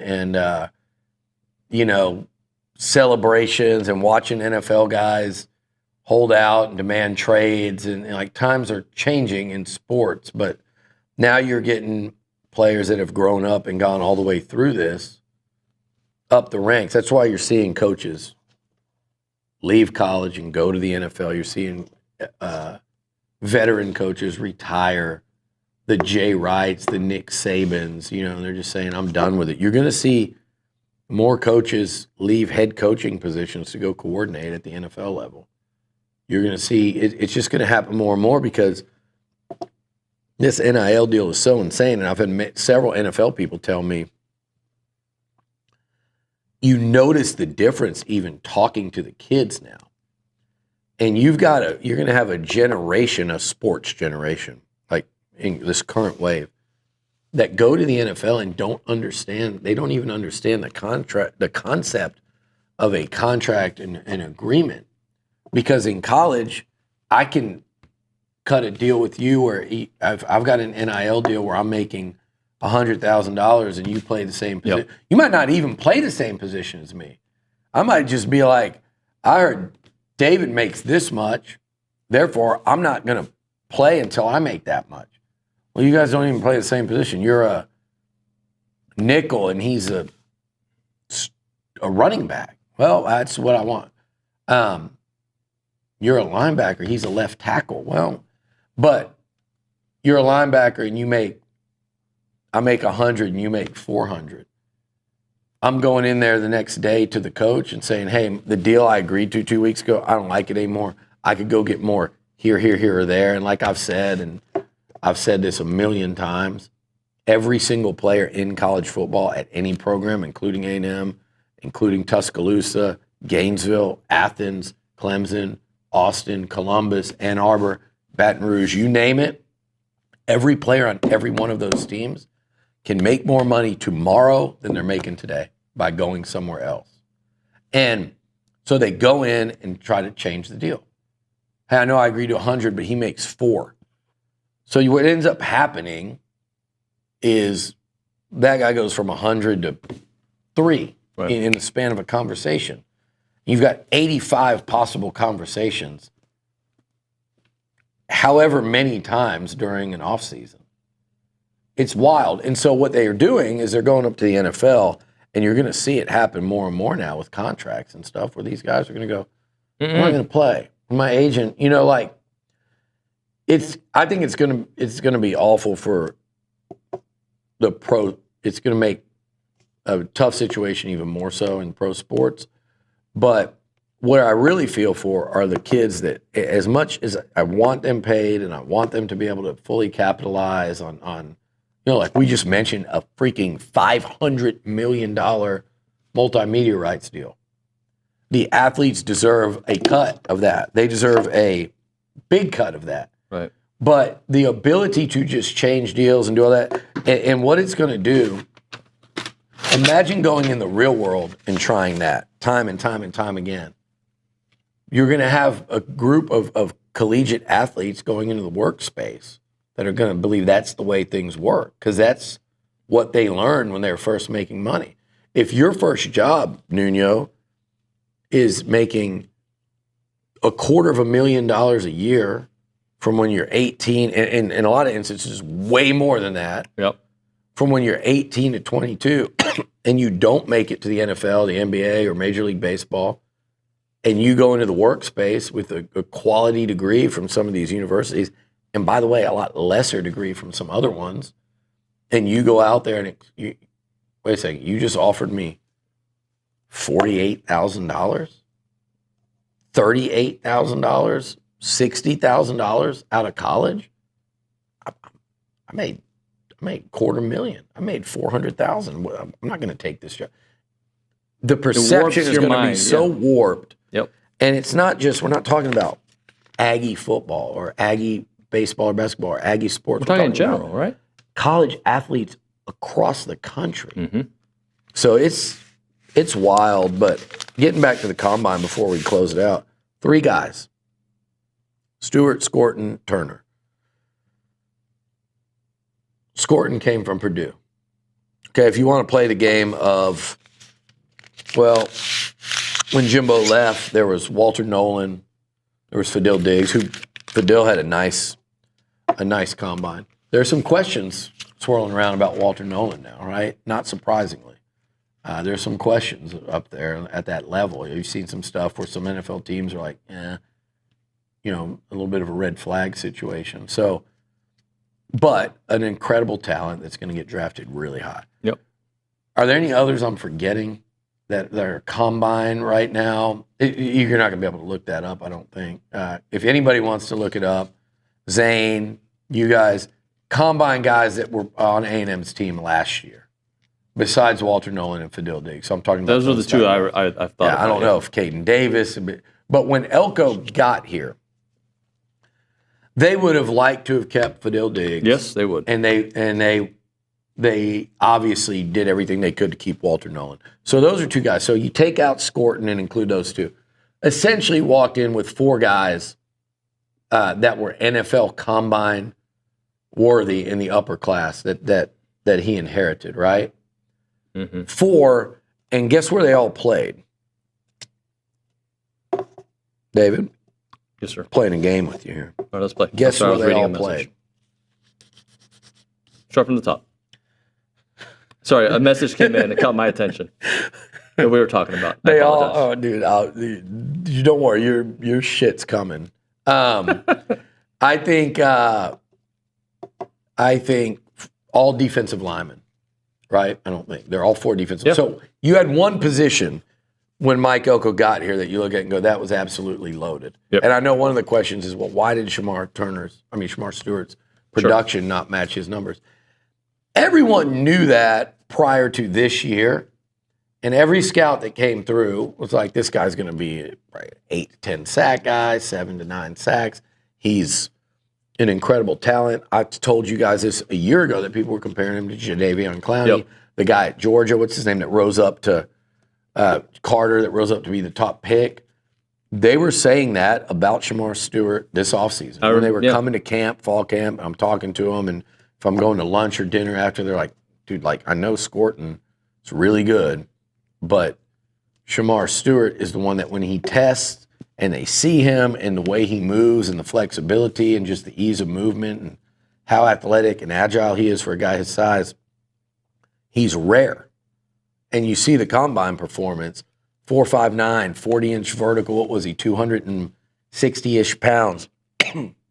He is rare, 10, 11 broad jump. He's in the 1 percentile of combine performers. And some people go, well, it doesn't match his on-field production. I agree it doesn't match with the sack production. And it is a question, that Mike Elko's probably sitting here going, okay, we got to get more out of these pass rushers. But Shamar Stewart has some great tape at A&M. He just didn't, and again, this goes into coaching and the player. He just didn't finish a lot of sacks. There were a lot. I told you guys a story that last year, right before he left, Elijah Robinson told me, man, Shamar Stewart is doing this. He's like, he is soaring right now. These last 4 games, he played incredible football. He goes, there were so many sacks that he was like just an eyelash, a whisper away from getting. And the thought was he was going to finish those this year, and he did not. And that's something that, as a defensive staff, they got to look at and go, what can we do to get our guys to the quarterback more? The Cassius Howell, the Riley Kennedy, these guys they got in the transfer portal, as many as 3 edge rushers. I'm telling you right now, they're really fired up, about Marco Jones. I see those guys like Marco Jones the other day. He came in with Keati Armstrong. You're going, damn, like Marco Jones will play a lot this year. He will play a lot. I'm just telling you right now.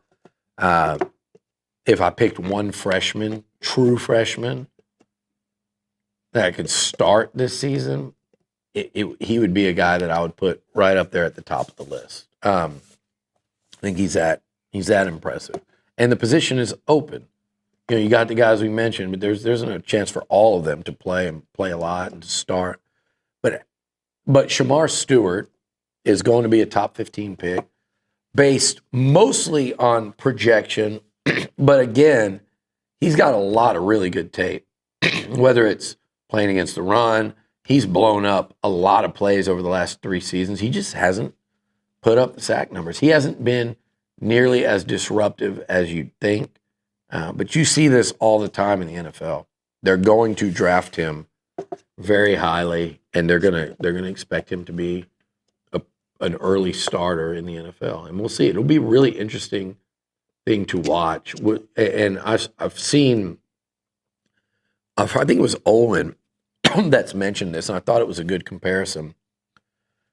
Like a Michael Bennett type of guy that just has he kind of really comes into his own as he gets a little older in the NFL level. Michael Bennett was a pretty incredible, he was like Pro Bowl level defensive lineman in the NFL for a nice extended period of time. Another guy I would compare it to is we all talk about Ty Warren. People said the same things about Ty. Now, Ty's was more injury related, and he played in that 3-4, but Ty's numbers weren't like DeMontre Moore or, Jadeveon Clowney or Myles Garrett, Von Miller, even though they're completely different kind of players. If you go back and look, Ty's numbers were not that. He was hurt a lot, played hurt, missed some games. But that's a pretty decent A&M to A&M comparison in terms of where they're getting drafted versus that. Mike Bennett is different in terms of hey, Shamar's going to get drafted a lot higher than Michael Bennett did. Yep. But just a lot better player in the pros than he was at A&M in terms of production. But I think a better comparison would be like a Ty Warren type.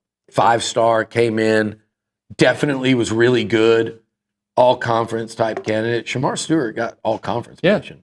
So I just think the measurables just don't match up with like the sack production. And I think that'll the tape. I think that'll come. He's got good stuff Yeah, on he tape, does. man. Like, and look, I really root for Shamar, and I think there's something to be said of everything we just talked about. This guy comes from Miami, Florida to Texas A&M. That's a huge transition. You see a lot of guys leave early from there. You see a lot of guys leave and come back to Texas. Shamar got offered more NIL money from other schools every year. He got offered more, like he came to A&M for less than what the home state schools were offering. He stayed at A&M for less than some guys in his own position room, than what, whether it was Georgia or Alabama, whoever was coming after him every year, after year one and after year two. He stayed when virtually everyone in his class left. Yeah.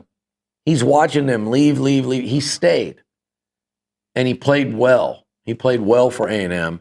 And he was out there on the field. He played through some injury stuff. Shamar Stewart, another thing people haven't said, that dude was hurt a lot of this year. And I told you guys after that Arkansas game, he made that hit against Arkansas late in the game. Or no, it was even halftime. He was hurt at halftime. I remember walking behind the bench and someone called his name and he couldn't really turn. He had a stinger thing. He was walking off the field after that Arkansas win and he had a trainer on each side of him. And I thought it was, like a head injury or something, but it turns out it was that stinger. He was looking straight ahead and I was like, man, there's no way this guy is going to be ready to play next week. And he not only played, he played well. I think that was Missouri. And they beat the crap out of Missouri, and he had a good game. Like, he plays hurt. Some of his production probably had to do this year with that he was playing hurt all year. I don't remember him missing a game. I could be wrong. I don't remember him missing a game. So he's tough. He stuck it out. He rode with Texas A&M. He's an Aggie. And he didn't go. He could have transferred somewhere this year and probably could have got $1.5 million for 1 year and say, hey, come here, come to Athens, come to Baton Rouge, whatever. Go, come to Columbus, play a year for $1.5 million and up your stock. Well, there's not much upping of the stock he's going to be able to do because it's soaring right now.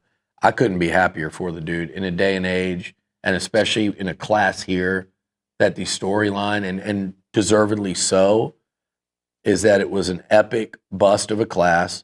It's a huge part of why A&M's only got 3 guys at the combine when other schools have a lot more. Right.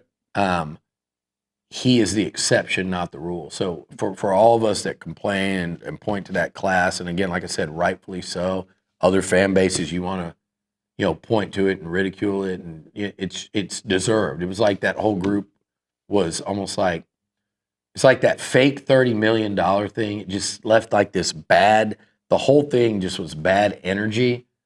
Shamar Stewart's been nothing but good energy, whether he's in here, whether he's in Bright, whether he's, off season, in season. So I'm happy to see it work out for him. But that 3 number, everybody that thinks you can't go lose, by God, it's unacceptable to go lose at South Carolina. Yeah, I think Texas A&M football should be better than South Carolina year in and year out. I think if you're not, then we're doing it wrong because of things like the deal I said today and the money and how much they spend and the facilities and the recruiting base. And it's why A&M is like whatever in 3 against South Carolina all time. They should be a better program. It doesn't mean you have to win every single game you play against them. That was a good football team last year, and they're going to bring in a damn good football team this year. But this past season, when it was like, it's inexcusable to go win out there. I'm not saying it's excusable, but when you see, it is excusable, but you should expect to win. you should expect to go on the road and beat programs that have less resources. Yep. But it's not always going to be the case that you're going to go there and be the better team, especially in year one under a new head coach. A&M had momentum. They had it rolling. That was a South Carolina team that should have beat Alabama. They, in my opinion, they did beat LSU. They beat Clemson. And they beat up on A&M. They got 11 guys going to the combine. Yeah. 11. They got a safety that's an absolute game changer. They got a defensive end that was the SEC Defensive Player of the Year. They had 11 guys going to the combine. Texas A&M has 3. That's South Carolina. That's not Texas. It's not Georgia. It's not Ohio State. That's where A&M should be. And Mike Elko knows that it's his task to get them there as quickly as possible. This isn't some 5-year get the talent back up where it needs to be. Like, he wants it now and this year. So who's going next year as we close it out? Let's take a look at this. All right. I'm saying within reason. Within reason, Scooby. And start with offense. Okay, offense. Let's see. The offensive line got 3 guys, right? I'd say at least 3. Zune is a lock to be a combine invite. I think Armaje Reed Adams is a lock to be a combine invite. And then I think Chase Besantis, if he were to come out, would be a lock to be a combine invite. And then you got 2 guys in the backfield at Crownover and Fathery. Okay. Those are potentials. Yep. So that's 5. Your backfield? Well, I wouldn't say Ruben yet because I'd hope you could keep Ruben around because this year will be his first full season really of college football. But Le'Veon will be is a lock. Receiver, I don't know. Like Concepcion has more eligibility. Yeah. But with what he's proven, the rest of the guys, it's young, it's youthful. So I don't know that I'd put one of them yet. I don't know that I'd put one of the tight ends yet. They're also new. But I'd say at least probably 5. Let's call it 5 on offense. Defensively, you're going to be pretty young on the D-line. I think Regis as a senior will be a laydown. I think Cassius Howell as a senior will be a laydown. Then you got guys like Hicks and Ryland Ken. They're still young. They'd have to play really well and come up. But those 2, I think Scooby Williams for sure. Will Lee? And Will Lee for sure. And then you got potentials like a Dalton Brooks, who's a junior. Yeah. But I think, and Tyreek Chappelle for sure. If he stays healthy. So you're looking at, I think, I would be very confident. When you want to hold me to this, make sure, like, if half those guys are injured, it's a different story. I would say I'd feel good about A&M approaching double digits for next year's combine. And that's Elko's goal, is to have that level of NFL talent. And then you start worrying about, well, how many of them are first, second round, like impact guys. Yeah. But to have that level of NFL talent going out the door every year, that should be the goal around here, because that's what the top programs in the SEC do. South Carolina, this is an exception year for them, but that's what the top teams do year in and year out. And they damn sure, to be at the very bottom is a pretty damning indictment. But I think it's as much about 2 things too. The ability to keep guys via NIL and to convince them that they need to and can continue to develop here. Zune, Armaje, Le'Veon Moss, Scooby Williams, Will Lee. Yep. We mentioned a lot of those guys. Regis, these are guys that say, hey, come back. Cassius Howell could have gone out. Come back, continue to develop, and go to the NFL. So part of it's that. And the other part is, again, I mentioned it earlier, it's that 22 class. I mean, those guys were going to be juniors this year. And those guys, when we were looking at it, when they signed, and even very early, you're going, damn.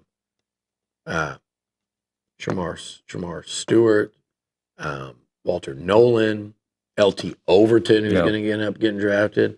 The defensive end, Anthony Lucas, that went to USC. Who else is in that group? There's so many, it's hard to even keep track.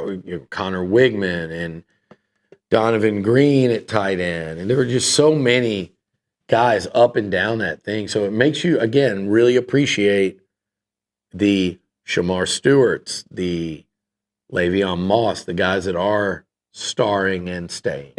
There's a very short list. Noah Thomas was on it. He ain't on it anymore. He's in Athens, Georgia. So it's a really short list. Then you got guys like Naboo and Theo, who could leave here as like multi-year starters and hopefully have a shot at the next level too. But right now, it's pretty much Stewart and Moss, and Bryce Anderson is trying to, play his best year or two here on the tail end, or the year here on the tail end versus the front end. So he's still a potential as well. But there's not many. Billy, thank you, sir. Thanks, David. Appreciate you very We much. had a lot to say today. I enjoyed it. It was good. Thanks. Bye, guys.